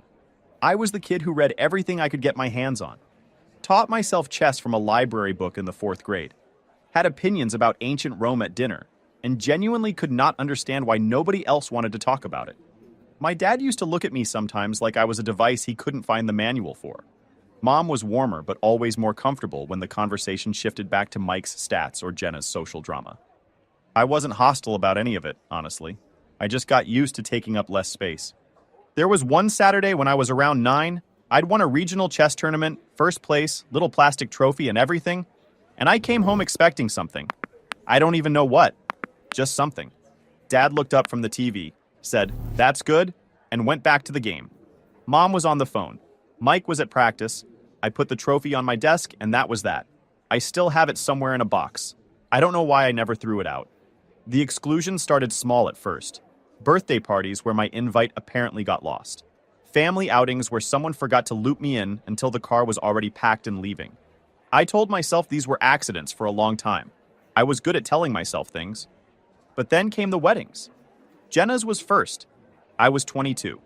She sat me down a month before with this very deliberate, carefully rehearsed energy about her. The kind that meant she'd thought about what she was going to say and was delivering it like a prepared statement. Big smile that didn't reach her eyes. She explained calmly that her wedding was going to be very normal, and she just didn't think it was really my scene. She said she thought I'd be uncomfortable there, surrounded by a lot of people I didn't know. She hugged me after like she was doing me a solid, said she'd send pictures. I sat there just blinking, trying to process whether this was actually happening or whether I was somehow misunderstanding something. I wasn't. She sent a few blurry photos a week after the wedding, in a group text she'd apparently forgotten to remove me from. I could make out the head table in one of them. When I brought it up with my parents, Dad barely looked up from whatever he was reading. She's the bride, she gets to choose. Mom said I probably would have been miserable anyway, surrounded by all those people I didn't know. As if I hadn't grown up with half the guest list, as if I wasn't family. I didn't fight it. I didn't even really cry, though I couldn't eat much for a few days after. Just had this lump in my throat that wouldn't clear. Wait. Hold on. For the listeners, this is me, the host, not Aaron. I need you to hear what just happened here. She didn't just exclude him. She explained it to him, with a smile. Like she was doing him a favor by uninviting him from his own sister's wedding. That's not cruelty. That's cruelty with customer service energy and a pamphlet. She handed the man a rejection letter with a ribbon on it, and both parents just nodded along like that was completely normal. This family voted him off the island before he even knew there was a vote. Anyway, Mike's wedding is next, and somehow it's worse. Mike's wedding was 2 years later, and this time they didn't even bother pretending. I found out about it through a Facebook post, A blurry, candid shot of my entire family dressed up and laughing around a banquet table. The caption said something like, "Family is everything. No call, no text, not even the decency of a bad excuse. Just a public reminder, posted for whoever happened to scroll by, that I wasn't part of the club. I was at my kitchen table eating leftover rice when I saw it." I just sat there staring at the screen for a long time, not really sure what I was waiting for. Kept scrolling through the photos, everyone there, everyone smiling, everyone looking like exactly the kind of family that shows up in frame shops. And the only thing I kept thinking was how genuinely easy it would have been to just text me. That's all it would have taken. One text, nothing came. I closed the app, finished my dinner, and went to bed. I should have been done then. Most people would have been done then. But hope sticks around longer than it has any right to when you've been holding on to it since you were a kid. I kept trying. Holidays, birthdays, random check-ins. Sometimes they'd respond, sometimes not. When they did, there was always this thin layer of politeness stretched over total disinterest, asking about work in a tone that made it clear they were just filling the silence, commenting on how quiet my life seemed like that was some kind of character flaw. There was a Thanksgiving somewhere in the middle of all this. I'm thinking maybe 4 years after Mike's wedding, where I actually drove 2 hours to be there. First time I'd been at the full family table in a while. Mom had done this whole spread, turkey and everything, and for about the first 20 minutes I let myself think maybe things were different. And then I watched the way the conversation just naturally organized itself around Mike and Jenna. Their jobs, their lives, their stories. I sat at the end of the table and ate my turkey, and answered the 2 questions directed at me, and drove home in the dark feeling absolutely stupid for having thought this time would be any different. I didn't go back for the next 2 years. Every visit felt like being a guest at a party you weren't actually invited to. Technically present, not really there. The housewarming was what finally finished it. Mike had bought a new place, maybe a year before my wedding, and threw a party. And in what I can only describe as a moment of supreme optimism, I decided to go. Drove an hour each way. Brought a gift card. Wore a decent shirt. Told myself this was the time things would be different. I had told myself this before. Several times. At some point, that stops being optimism. Mike opened the door and looked genuinely surprised. Not happy surprised. Just surprised. Like the possibility hadn't occurred to him. He took my gift card like he wasn't sure what to do with it, mumbled something about how Mom had mentioned I probably wouldn't show, and waved me in. The house was packed. Neighbors, cousins, people from the neighborhood I'd grown up in. Music going, food out, easy laughter everywhere. The kind of atmosphere that comes naturally to people who belong. I tried to get into a few conversations, got polite smiles, and people turning back to whoever they were actually there for. I ended up near the back of the yard at some point, standing by myself with a soda, watching a group of people I'd known my entire life have a good time that didn't include me in it. And then Jenna, who'd been holding court all night and was clearly riding the room's energy, loud, a little too animated, the version of herself she became when she wanted everyone looking at her, called out across the yard, loud enough to cut right through the conversation. "Well, at least Aaron didn't ruin anything today. Must be a new record." The table laughed. Not a polite chuckle, an actual laugh. I froze. My hand tightened around the plastic cup. I stood there waiting for something, any signal from anyone that this wasn't okay. A look, an awkward silence. Anything. Nothing came. The laughter faded, the conversation moved on, and everyone went back to what they were doing like I wasn't standing right there. I left about 10 minutes later. Didn't announce it, didn't say goodbye, just slipped out through the side gate while they were occupied. Drove home with the radio off. And when I got inside, I sat down at my kitchen table for a few minutes, thought about it, and then deleted the family group chat from my phone. No message, no explanation. Just gone. That was it. That was the whole thing. Hold on. For the listeners, this is the host, not Aaron. So she made a public joke at his expense at a party he drove an hour to attend with a gift in his hand. She got a laugh. He got a silent drive home. You know what that is? That's a deleted scene from The Office where the writers went, "Too mean, cut it."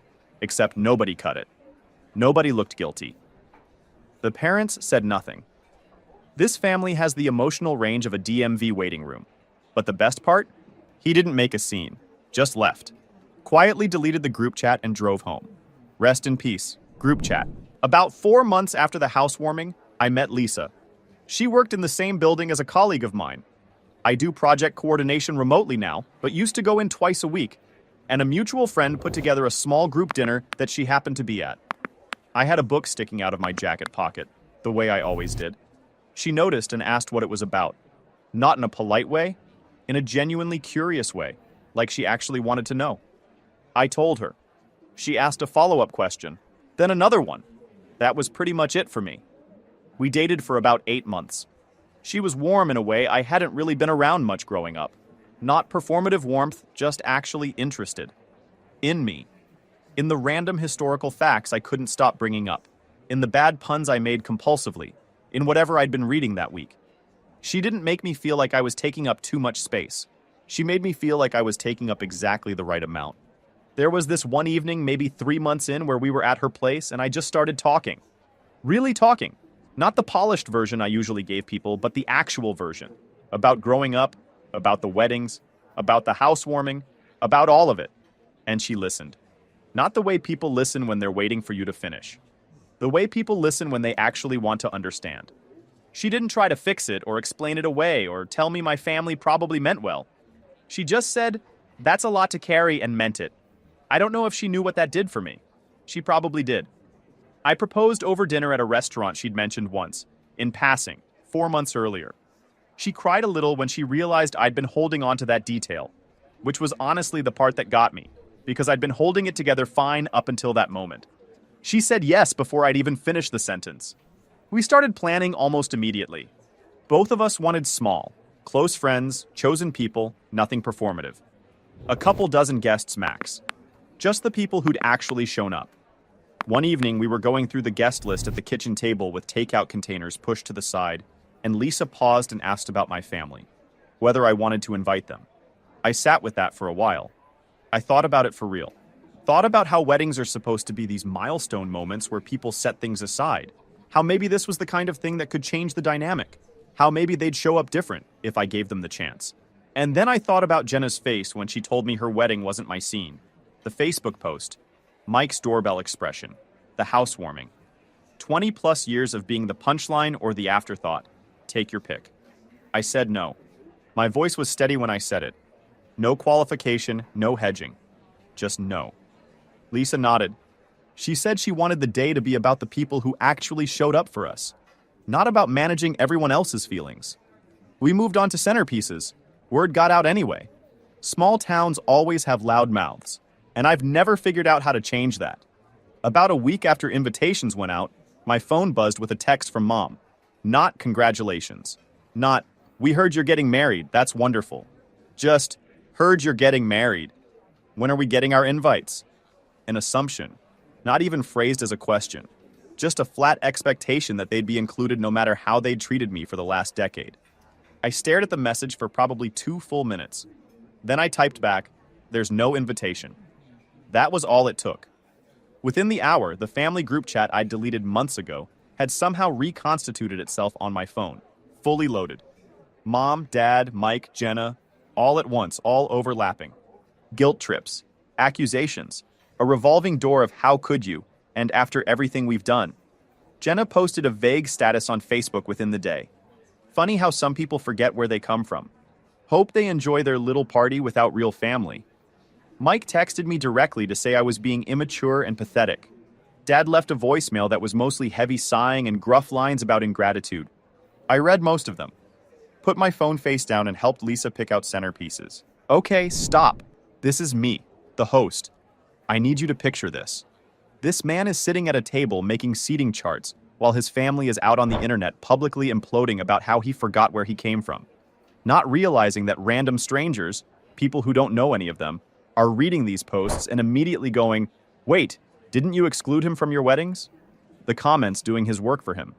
He didn't respond to a single thing. The internet cross-examined them for free. That's not karma. That's karma with a Wi-Fi connection and a comment section. Anyway, the wedding day is next, and it went exactly as planned. The day of the wedding was, I mean, this is going to sound corny, but it was genuinely perfect. We'd rented a renovated farmhouse event space outside of town, one of those places with exposed beams and string lights and an outdoor ceremony area with a view of open fields. 41 people there. Every single one of them had chosen to be there, which sounds like a small thing until you've spent your whole life being in rooms full of people who didn't choose you. Lisa's dad walked her down the aisle and looked like he was barely keeping it together, which made Lisa laugh a little, which made me laugh, which made the photographer visibly thrilled. Lisa walked down the aisle in this dress she'd picked out with her mom and her best friend, and she was smiling that full-face smile she has where you see it in her eyes before you even see her mouth. And I was already a mess by the time she reached me. She found that hilarious, whispered, "You're crying already," just before we started the vows, which made it worse. Worth it. We said our vows. We danced. Our buddy Greg gave a toast that was embarrassingly sincere and made at least 6 people cry. I'm not going to pretend I wasn't one of them. The cake was slightly lopsided because the baker we'd booked had a last-minute family emergency and their cousin filled in. The playlist glitched twice. One of the neighbor kids who'd come as someone's +1 definitely spilled something on the dance floor. It was completely, entirely perfect. Somewhere around the middle of the reception, I slipped away from the dance floor for a few minutes and stood at the edge of the field watching everything. Watching my people, laughing, dancing, talking loudly over each other. Being there not because they had to, but because they wanted to. I thought about how much energy I'd spent over the years trying to earn a seat at a table I'd been born at. And I thought about how none of those people in that field had ever made me feel like I needed to earn anything. The real surprise came right after the ceremony. My old neighbor, Mr. Halverson, pulled me aside, mid-70s, wiry, the kind of man who always looks like he's 3 steps ahead of whatever's happening and enormously pleased about it. He had this grin on his face like he'd been sitting on something all night, said, "Aaron, you're going to want to see this," and pulled out his phone. He showed me what was happening on Facebook in real time. A series of posts. Jenna, then Mike, then Mom, status after status about how selfish I was, how family means forgiveness, how blood is blood, how I'd chosen some party over my real people. Posted while I was getting married, while Lisa was laughing with her bridesmaids, while our guests were dancing. Jenna's, "Can't believe my own brother would do this after everything our family has done for him." Some people just don't understand what family means. A stranger had already commented, "Didn't you leave him out of your wedding, though?" No reply from Jenna, just defensive likes from her friends. Mike's, "Guess Aaron forgot who helped raise him. Maybe he'll remember someday when he's all alone." Same thing. A comment from someone who apparently knew the story. "You didn't invite him to yours either. Sounds like karma." Mom's was a blurry old family photo from years back with the caption, "Some people forget who loved them first." I stood there reading all of it while Mr. Halverson barely contained himself next to me. And I felt nothing. Not angry, not sad. Just this very clear, quiet understanding that these people had missed every version of me that mattered. Not just the wedding. All of it. Lisa appeared beside me and slipped her hand into mine. I looked at her. Looked at the 41 people behind her who were there because they wanted to be. And I thought, yeah, this is it. This is exactly it. Pause. For those listening, this is the host. I need to note something about what kind of person shows up with a casserole dish, expecting that to be the key. He won't return my calls. Better make a lasagna. That's not a peace offering.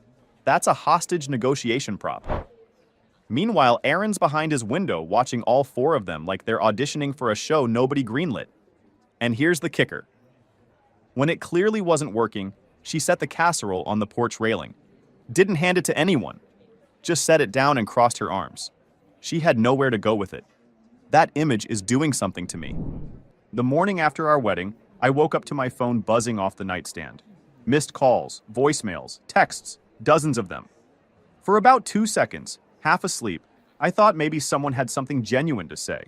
That maybe some version of "I'm sorry" existed somewhere in that stack of notifications. They did not. Mom's voicemail, voice tight and controlled in that specific register she used when she was most furious. "Aaron, you need to call me back. I don't know what you think you're doing, but you're going to regret this. No one will ever love you the way we do." Jenna's, "Congrats on your sad little party. Hope it was worth it." Mike's was just a long exhale followed by, You'll come crawling back.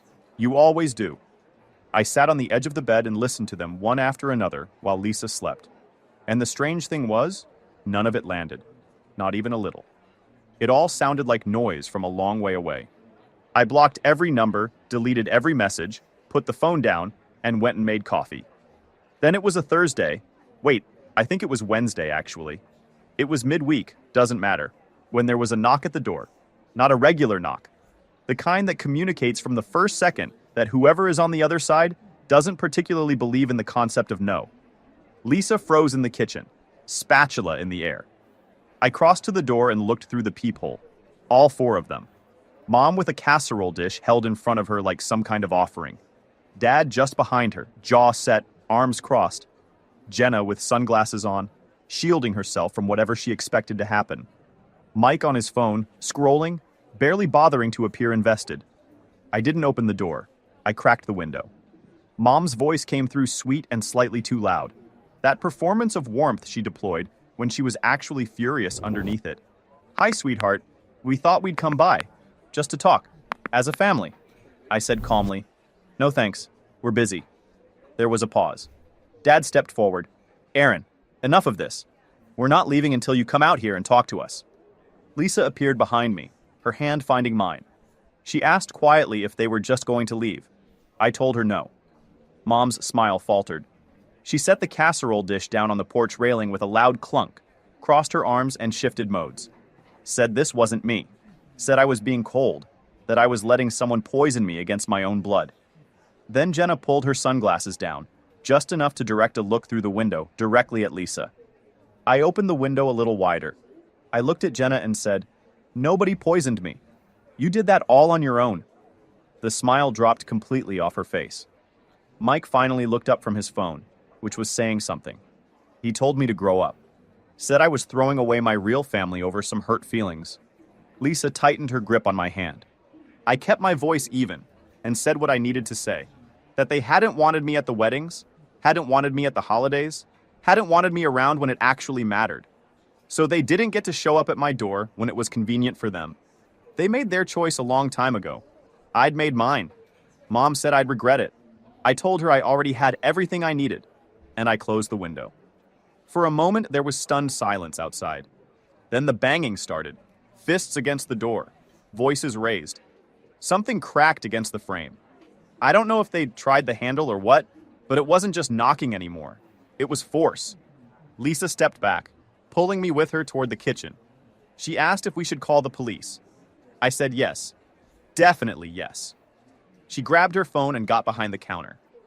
I stayed where I was, between her and the door, while Mike's voice came through clear from outside, shouting that I'd end up alone, that nobody else would put up with me once Lisa figured out what I actually was.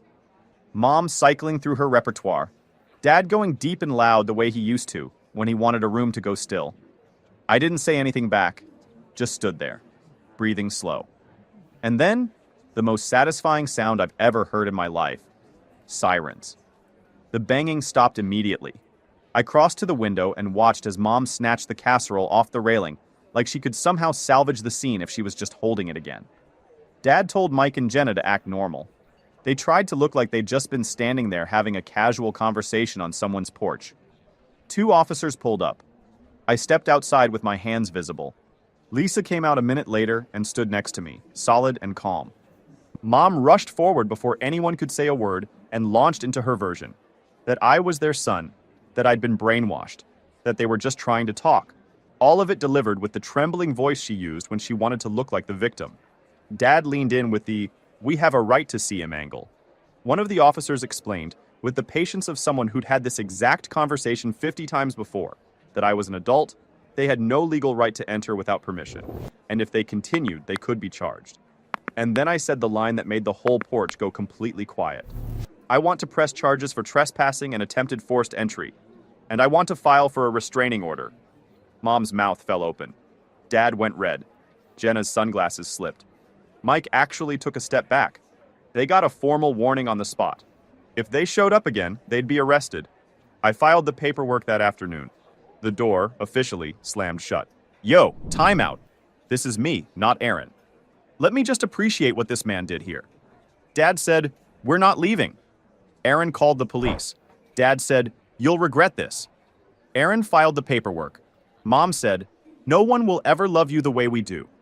Aaron is now legally protected from all of them. 3 threats, 0 outcomes. This man didn't argue, didn't beg, didn't have a single breakdown. He just kept walking forward until the noise completely faded out behind him. That's not cold, that's earned. Some people call that healing. Aaron calls it Tuesday. Final update. The silence afterward was genuinely strange. After weeks of constant noise, calls at midnight, texts at all hours, the Facebook campaigns, it just stopped. Like someone cut the power. No more guilt trips, no more voicemails, no more passive-aggressive captions on old photos. Just nothing. I won't pretend that nothing left some kind of hollow space. It did. Holidays were hard for a while, seeing other families easy and comfortable together in a way that came naturally to them, knowing I'd never really had that version of things. There was a quiet ache that showed up sometimes when everything else went still. I'd been chasing something for 30-something years, and I'd finally stopped chasing. And there's a specific kind of sadness that comes with that, even when stopping was the right call. But it filled in, slowly, with better things. Lisa's parents took me in without making it a thing, called me their second son, remembered what I'd mentioned wanting for my birthday 3 weeks before my birthday. The kind of people who just genuinely welcomed me, no performance required. I had dinner at their place one Sunday in the first few months after the restraining order, just a regular family Sunday dinner, nothing special on the calendar, and her dad asked me something about a project I'd mentioned at the last visit, and I realized he'd been paying attention, storing it, bringing it back up because he actually cared. I didn't say anything about how that landed, but it landed. My coworkers threw us a post-honeymoon party with a cake that said, "Welcome to your real family," which, yeah, I definitely didn't hold it together for that one, and I'm fine with that. Neighbors who'd heard about the restraining order dropped off food and cards, not because they pitied us, but because they respected what we'd done. Piece by piece, the life I'd wanted since I was the kid who played chess alone and came home to a "that's good" and a turned back, it came together. About 6 months after the wedding, Lisa and I had people over for a backyard barbecue. Nothing big. Close friends, a few neighbors, good food. At one point, I stepped back from it all and just watched for a minute. Lisa laughing with her best friend over the burgers she'd insisted on grilling herself, which were genuinely not good. She knows it. She just likes doing it. Our neighbors' kids chasing each other across the yard with water guns. Greg attempting to explain fantasy football to someone who had absolutely no interest and was too polite to say so. Our friend from down the street who showed up 20 minutes late carrying a bag of chips and a wide smile like that counted as bringing something. A few people I'd met through work who'd shown up because they wanted to, not because they had to. I stood there with a cold drink in my hand, and I thought about every version of what my family had told me over the years. That I'd regret it, that I'd end up alone, that no one else would put up with me, that blood is blood and you don't walk away from blood. They missed my wedding. They missed every good day that came after it. They missed the barbecue and the burned burgers and the water guns and Greg's terrible fantasy football pitch and all the ordinary stuff that makes up a life. All of it, because they couldn't be bothered to treat me like I belonged when it would have cost them absolutely nothing. And standing there watching my people, I felt something I hadn't felt in a long time. Maybe ever, if I'm being honest. Free. Completely. Finally. No asterisk free. I still wonder sometimes whether they ever actually figured out what they lost. Whether any of them sat with it long enough to understand the full weight of what they gave up? Probably not. Some questions just don't have clean answers, and I've made my peace with that. But I know what I have, and none of them get any of it. Not a single piece of it. So, look, Aaron spent 31 years being the family's punchline. The one who wouldn't enjoy it anyway. The one who probably wouldn't show. He drove an hour to that housewarming with a gift and got publicly mocked while everyone laughed. When he finally stopped playing along, they escalated to showing up at his door trying to force their way in, then had the nerve to call him the problem. They never planned for the version of him that was completely, quietly done. Not angry, just done. There's a difference. Drop your take in the comments. Would you have cut contact earlier? And subscribe, because we drop new stories every day. Today's story is about a guy whose career was built around fighting for people getting pushed out of homes They had every legal right to occupy. As a housing rights attorney, then his own mother called on a Friday night and gave him 48 hours to vacate a house he inherited from his grandmother. No request, no negotiation, just an announcement. What his family miscalculated was that the man they were calling had spent years winning exactly this type of case in court. By Monday, there was a locksmith, a security system, 2 police officers, a restraining order, and a recording of their own attorney that demolished every bluff his dad had built. Let's get into it. My mom called Friday night and gave me 48 hours to vacate my inherited house. I spent the weekend setting a legal trap. Monday, I sprung it with police watching. I'm a housing rights attorney in Boston. My whole job is protecting people who are being pushed out of homes they have every legal right to occupy. I know property law the way most people know their own commute. Automatic, instinctive, second nature. I've spent years fighting landlords, developers, and family members who try to take what isn't theirs. So when my own mother called me on a Friday evening and told me I had 48 hours to clear out of a house I legally owned, I didn't panic. I didn't argue. I just got quiet. And quiet, in my experience, is when things start getting dangerous for the other side. To understand why this hit the way it did, you need to know about the house and about my grandmother. Elaine Warren bought the place in the early 60s. A 2-story house on a quiet street in the suburbs of Boston, wraparound porch, original hardwood floors dating back to 1920, and blue shutters on the front windows that she repainted every few years without fail. Out back, she kept a garden that she treated like a second job. Peonies every spring, vegetables through summer, an old wood bench she sat on every single evening from June through October. She knew every plant by variety and had opinions about all of them. My parents, Nancy and Harold, were the corporate ladder type. Promotions, country club memberships, performance reviews at the dinner table. Parenting was basically a task they delegated. So my grandmother raised me, in all the ways that actually matter. Summers and most weekends from when I was small, that house was home. She taught me to fix a leaky faucet before I was 10, patch drywall, change a tire, cook a full Thanksgiving dinner from scratch. She had this thing she used to say, a man who can maintain things doesn't need to depend on anyone. I nodded along as a kid without fully getting it. I understand it now. When I got into law school, she converted the sunroom into a study for me. Plants on every windowsill, decent light, a small desk wedged in the corner. I sat in there and prepped for the bar exam, surrounded by her ferns and the smell of whatever she was cooking in the next room. The bar exam is a 3-day marathon, and I was terrified going in. She didn't offer pep talks or motivational speeches. She just kept the coffee hot and left plates of food outside the door. When I passed, she made a full pot roast and acted like I'd won a championship. My parents showed up to the celebration and left early for a business dinner. She patted my shoulder and said, "Their loss," and that was the end of it. She was like that. No drama, no ceremony. She just showed up consistently for 30 years. I remember being maybe 13 and convinced I'd broken the kitchen faucet. Full on stripped the threads trying to fix a leak myself. I was terrified to tell her. She came in, looked at it, nodded once and said, "Okay, now we learn the hard way." She went to the hardware store, bought the right part, came back, and we fixed it together. She didn't make it a lesson. She didn't turn it into a speech. She just made it normal, that fixing things was part of being a person, and that mistakes were just the price of learning. By the time I was 17, I could probably have rebuilt half that house from scratch, which looking back is exactly what she intended. She also wrote, letters mostly, every time I was away, college, law school. That summer I clerked in DC, she'd send a letter every couple weeks. Typed on that old machine she kept on the kitchen desk.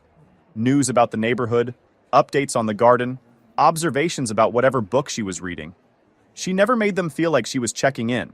They felt like dispatches from a place where someone was genuinely glad you existed. I kept all of them. Actually, I kept hers and she kept mine.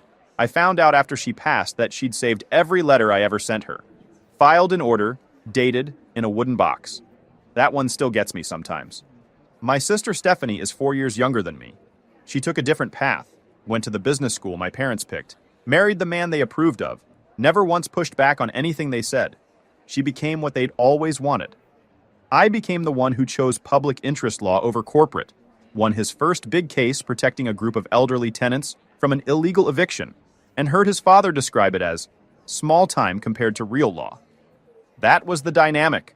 Had been for as long as I can remember. When Grandma Elaine passed 3 years ago, her will was clean and clear. The house went to me. Full stop. No conditions, no provisions, nothing left open to interpretation. Her attorney had drafted it carefully, and she'd signed it with full clarity. I also got a letter, her handwriting, 3 pages, tucked in with the will documents. I've kept it in my desk ever since. She wrote that she knew exactly what she was doing and why. That house had sheltered 4 generations, and she wanted it to go to someone who'd actually appreciate it. She knew what it meant to me, and she made sure it was protected. My parents sat stone-faced at the reading and said nothing on the record. I noted that. I kept my downtown apartment because the suburban commute on 60-hour weeks is a grind I wasn't ready to take on. But I visited the house regularly, paid every bill, property taxes, insurance, maintenance, tended the garden when I had time, turned down several developer offers over 2 years without much deliberation. Some things don't have a price. I had plans to move in eventually.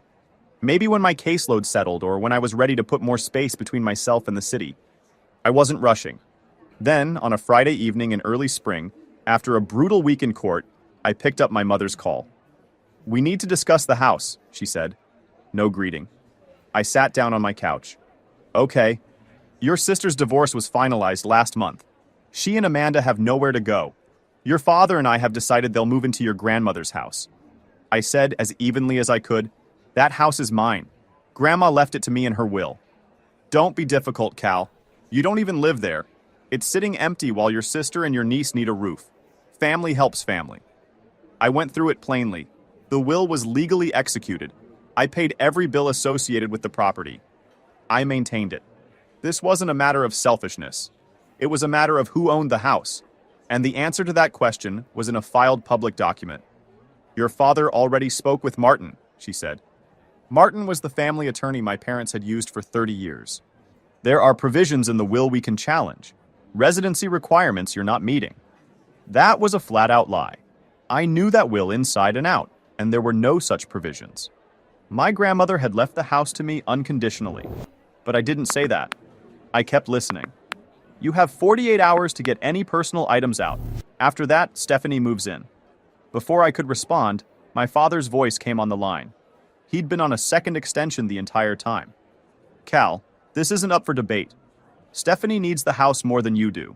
Fighting this will only hurt your niece. Is that really what you want? To deprive a child of a stable home because you're holding on to sentiment?" The manipulation was transparent and nothing new. I'd heard versions of this framing my entire life, that my preferences were inherently selfish, that the family's needs always outranked mine. I told them I needed to speak with Martin directly before anything moved forward. "He's unavailable until Monday," my dad said. "Papers will be ready Monday, but the deadline is 48 hours. Be reasonable for once." The call ended. Within 5 minutes, Stephanie texted, "I know this is hard, but Amanda and I have nowhere else to go. Mom says you never use the house anyway. I promise I'll take good care of it. I can help you move your stuff this weekend if you want." I put my phone face down on the counter and stood at the kitchen window for a minute. Not stunned exactly, more like watching something snap into focus. I'd spent years watching families do versions of this. The entitled relative who decides a deceased parent's wishes were wrong, the sibling who decides need outranks law, the parent who mistakes authority for ownership. I'd fought all of those cases from the outside. Now I was standing in the middle of one. And it was my own kitchen. And it was my grandmother's house. And my parents had a moving truck scheduled, but they'd called the wrong person. I sat back down and started the list. Lock change. First thing Saturday. Security cameras. Thomas, if he was available. Jackie for legal confirmation. The restraining order motion if it got to that. Every document on that house, organized and ready. I'd done triage like this for clients 100 times. The fact that it was personal didn't change the process. Hold on, for listeners, this is me jumping in, not Cal. His mother called to announce a decision that had already been made, like she was sending a schedule notification. His dad was on a secret second extension the whole time, waiting for his cue. And Stephanie texted within 5 minutes, past the negotiation phase, straight to move-in planning. This wasn't a family conversation. This was a coordinated campaign. And they ran it against a housing rights attorney. That's like showing up to commit property fraud, and the guy at the desk built his entire career fighting property fraud cases. I'm not worried about Cal. I'm genuinely worried for them. I spent Friday night at my kitchen table pulling every document I had on that house. Deed, will, property tax records going back 3 years, insurance policy, the letter from my grandmother's attorney confirming unconditional ownership. Organized everything into a digital folder with a chronological timeline. I've built case files for strangers in worse situations. Might as well do it for myself. I emailed Jackie around 11. A colleague who specializes in estate law explained the situation. By midnight, she'd confirmed what I already knew. My parents had no legal ground whatsoever. She also gave me the advice that turned out to be the most critical part of everything. Don't let them get a foot in the door. Literally. If Stephanie moves in before you take legal action, you're looking at formal eviction proceedings to remove her. That's slow, expensive, and messy. Lock them out before they ever get in. So I started making calls. First thing Saturday morning, a locksmith was at the house. I had every external lock changed, keypad entry for the front door with remote access, and an activity log, new deadbolts on the side and back with keys only I had. Done by 10. Then a security company a former client had referred installed cameras at every entry point, motion alerts straight to my phone, live feeds I could pull up from anywhere. The full setup, same day. Then I called Thomas. We'd known each other a few years. He was an officer in the suburb where the house sits, and we'd crossed paths on a couple of cases over the years. I laid it out for him. He didn't hesitate, said he'd bring his partner and be available Sunday evening, which was when I figured they'd make their move. I also drafted a cease and desist letter that afternoon and prepped an emergency motion for a temporary restraining order, ready to file first thing Monday. I was pretty sure I'd need it. By noon, I was at the house. I want to say I went straight to work, but honestly, I stood in the kitchen for a few minutes first. Her handwriting was still on the label of a tin on the counter. Apple cake. She'd made that thing maybe 100 times. I still don't know the full recipe. I left the tin where it was and got moving. I packed what I couldn't risk leaving behind. Her wedding ring and the pearl necklace she wore to everything that mattered. The photo albums? 4 generations in those things. Some of the photos going back to the 40s. A handmade quilt she'd finished the year I was born. I left the wooden box of letters where it was for now. It wasn't going anywhere with the new locks on the doors. The security system was fully operational by mid-afternoon. Tested everything twice. When the technician left, I locked up with the new keys and headed back to my apartment. Around 4, Stephanie called. Hey, I'm thinking of coming by tomorrow morning to start measuring for curtains. Would 9 work? Just like that. Curtains. For a house she didn't own. I told her I wouldn't be there and that we needed to have a real conversation before any plans were made. What is there to discuss? Mom and Dad already told you what's happening. The house is legally mine, Stephanie. Grandma left it to me in her will. There was a pause. Then, only because you were always her favorite. Years of something spilling out. You're going to deny my daughter a home out of spite. I told her this had nothing to do with favoritism. Property law didn't care about favoritism. The house was mine, and the will was clear. Watch me, she said, and hung up. That evening, the texts came. Paint colors she was considering for the living room. Whether Grandma's dining table could go into storage since she didn't need something that large. A note that Mom said I might want the china cabinet, so I should let her know, otherwise they'd sell it. The china cabinet. With my grandmother's depression glass collection that she'd explained to me piece by piece when I was 9. They were casually discussing selling her things. I didn't respond to any of it. My mother called 3 times. On the 3rd, I picked up. She went through the full repertoire. I was selfish. I didn't have children, so my priorities were inherently lesser. Family adapts to circumstances. Then my dad got on the line again and told me they'd found precedent to challenge the will based on my grandmother's mental state in her final months. That one made me genuinely angry.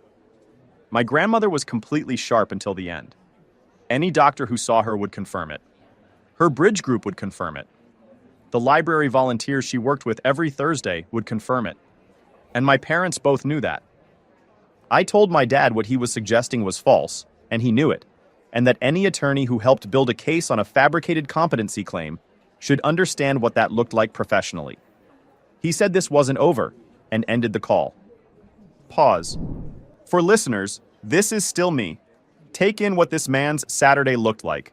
Changed the locks, installed a full security system, prepped a restraining order, drafted a cease and desist, packed irreplaceable heirlooms, coordinated a locksmith and a security team, all while being a full-time attorney fresh off a week in court. Meanwhile, his parents were texting furniture ideas for a house they didn't own. His dad threatened to fabricate a mental competency story about his own deceased mother to a judge. This is Ocean's 11. The heist is already running. The villain's still making speeches. Monday is about to be very educational for everyone on that driveway. Sunday afternoon, the doorbell at my apartment building rang. I checked the building camera and saw my parents and Stephanie standing outside. Stephanie had brought Amanda, my 5-year-old niece. I buzzed them up. My mother came in wearing the wounded disappointment expression she's been deploying on me since I was a teenager. That particular combination of hurt and accusation she uses when she wants the moral high ground without earning it. My dad had a folder under his arm. Stephanie walked Amanda directly to the front of the group the moment the door opened. First move, maximum emotional weight. "Aunt Cal, are we going to live in the house with the big tree swing?" Amanda asked. Obviously coached. She's 5, she doesn't have housing opinions on her own. Before Stephanie could continue, I picked up my tablet from the coffee table, opened a kid's app, and handed it to Amanda. She took it and relocated to the couch without complaint. My mother looked annoyed.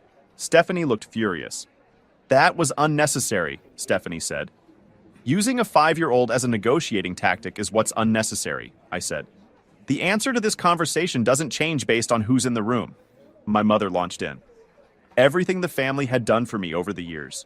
How I was destroying things over a house. How I was being cold and selfish. Stephanie's eyes were going red. My dad let them go first, then opened his folder and slid a document across my counter.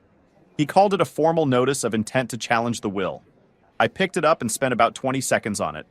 No official letterhead, no case filing number, no attorney's signature that carried any actual weight. This was a document someone typed to look official to someone who wasn't a lawyer. "This has no legal standing," I said, and slid it back. No letterhead, no filing number, nothing. And if Martin is genuinely involved in this, he should understand that helping execute a fraudulent property transfer carries professional consequences. Serious ones. "You're threatening our family attorney," my mother said. "I'm stating facts. Same facts I've been stating since Friday.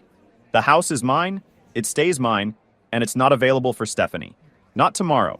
Not at any point." Stephanie cut in. "You know what your problem is? You always made everything about you.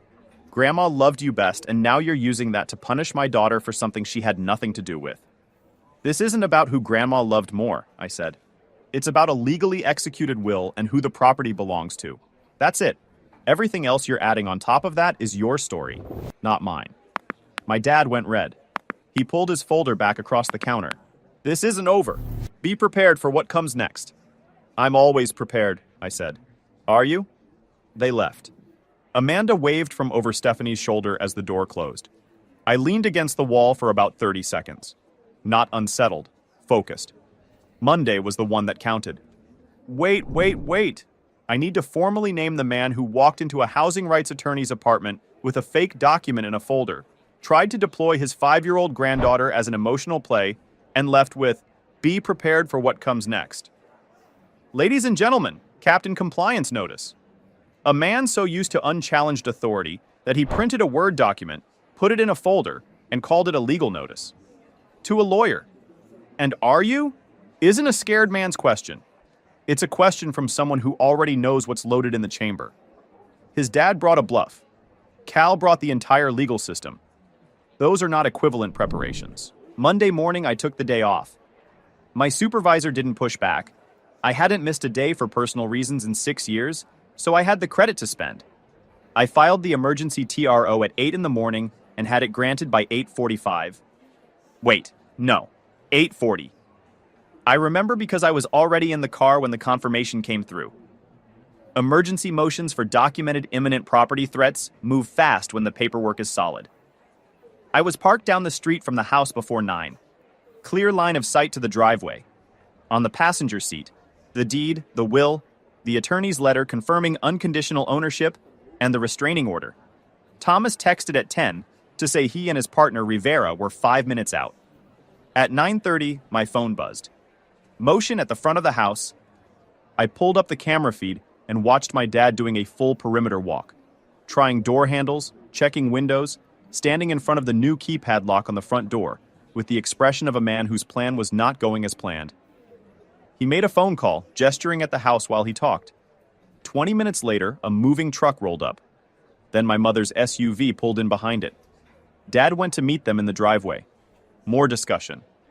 Then Stephanie walked up to the front door and tried her key, the old one that no longer fit. She tried it again, looked at it, tried a third time. I started my car. I drove over and parked directly behind the moving truck, completely blocked it. 3 faces turned toward me. My mother recovered first. Finally decided to show up and do the right thing. "I'm here to make sure the right thing happens," I said. Thomas's cruiser pulled to the curb right on cue. He and Rivera got out, calm and professional. My dad drew himself up, the businessman posture, the one designed to make people back down, and asked what this was about. Thomas explained that I'd requested police presence for a potential trespassing situation, and that the property was registered to Cal Warren, who had not granted anyone permission to enter. "We're his family," Stephanie said. "That doesn't change the property record," Rivera said simply. I handed copies of the restraining order to each of them and waited while they read. My mother's expression went from confident to uncertain. Stephanie's went from uncertain to something close to panic. My dad read the whole document slowly, jaw tight, then looked up and told me this wouldn't stand, and that Martin was already preparing the challenge to the will. I pulled out my phone. "That's interesting," I said, "because I called Martin this morning." I pressed play. "For the record, Mr. Warren, I never advised the Warren family that there were grounds to contest Elaine Warren's will. The will is legally sound, and Cal Warren is the sole rightful owner of the property at 42 Maple Street. I have not prepared, nor will I prepare, any documents challenging this fact. If Harold or Nancy Warren have represented otherwise, they have misrepresented my professional opinion and my services." The color left my dad's face in a way I'd genuinely never seen before.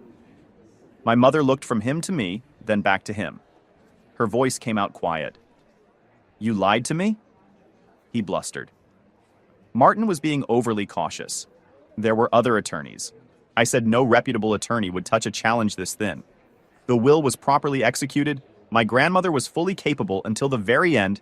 Every doctor and person who knew her would confirm it, and there were simply no grounds.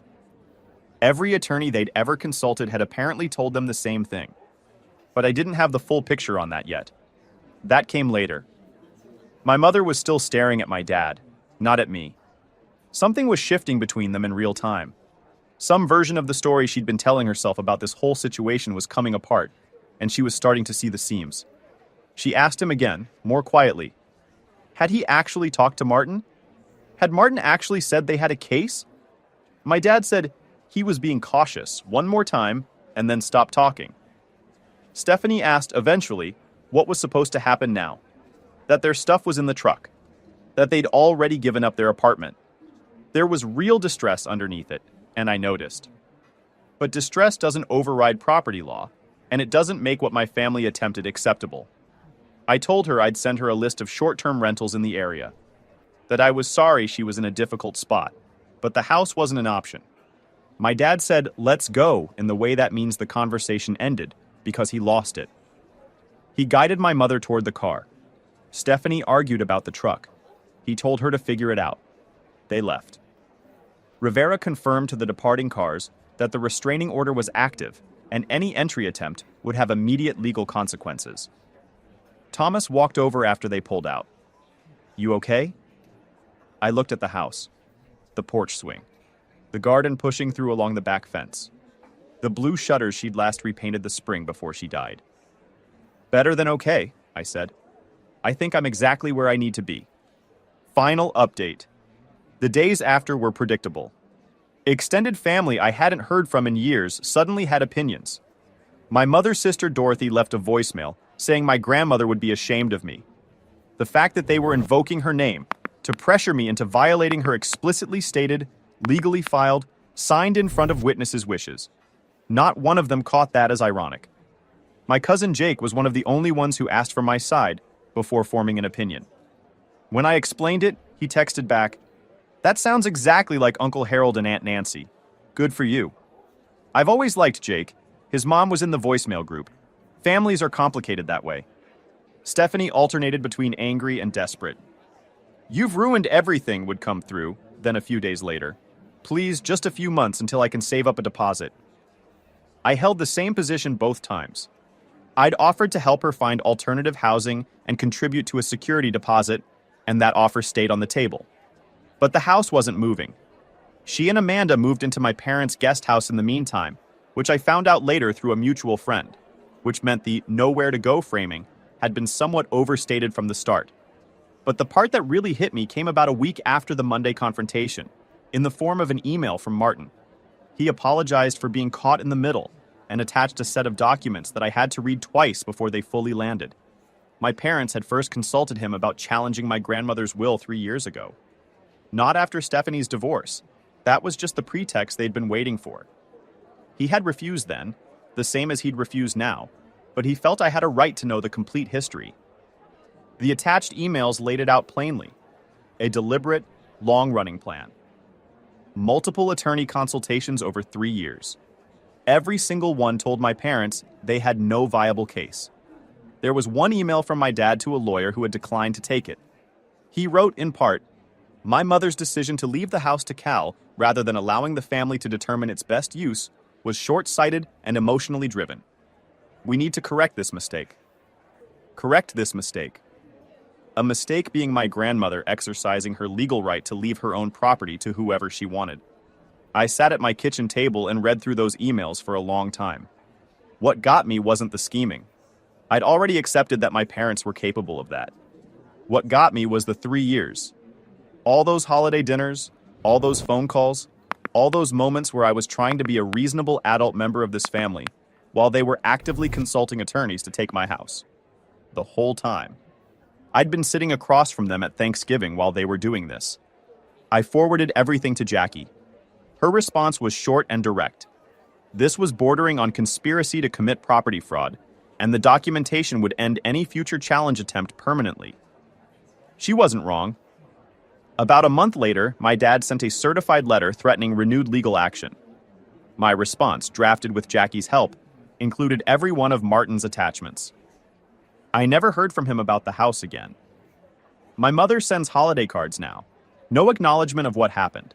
Just cheerful normalcy, like we're two people who drifted apart and happened to exchange pleasantries. I return the gifts she sometimes includes, but keep the cards in a box in my closet. I'm genuinely not sure why. Some threads don't tie off cleanly. That one's still loose, and I've stopped trying to force it. About 3 months after everything, I got a letter from Stephanie. An actual handwritten letter, which I genuinely didn't expect.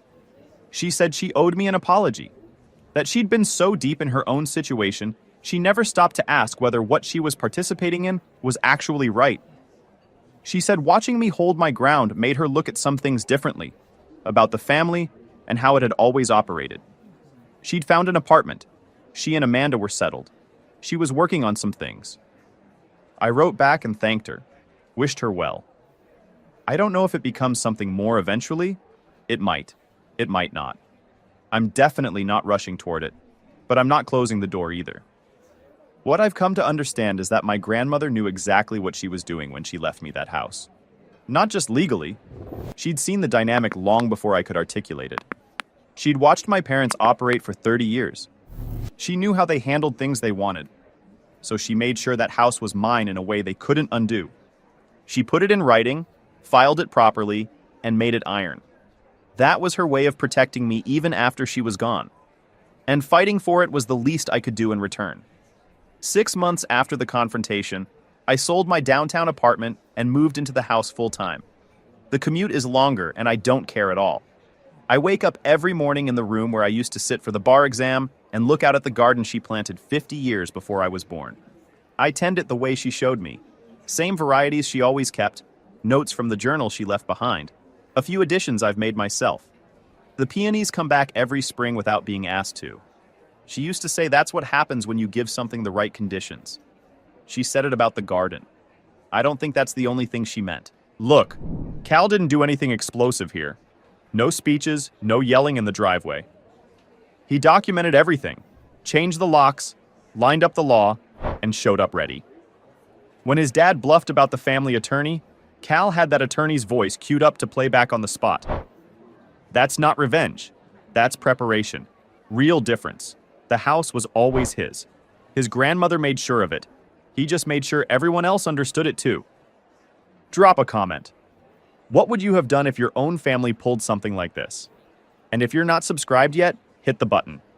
We post stories every day and you don't want to miss what's coming.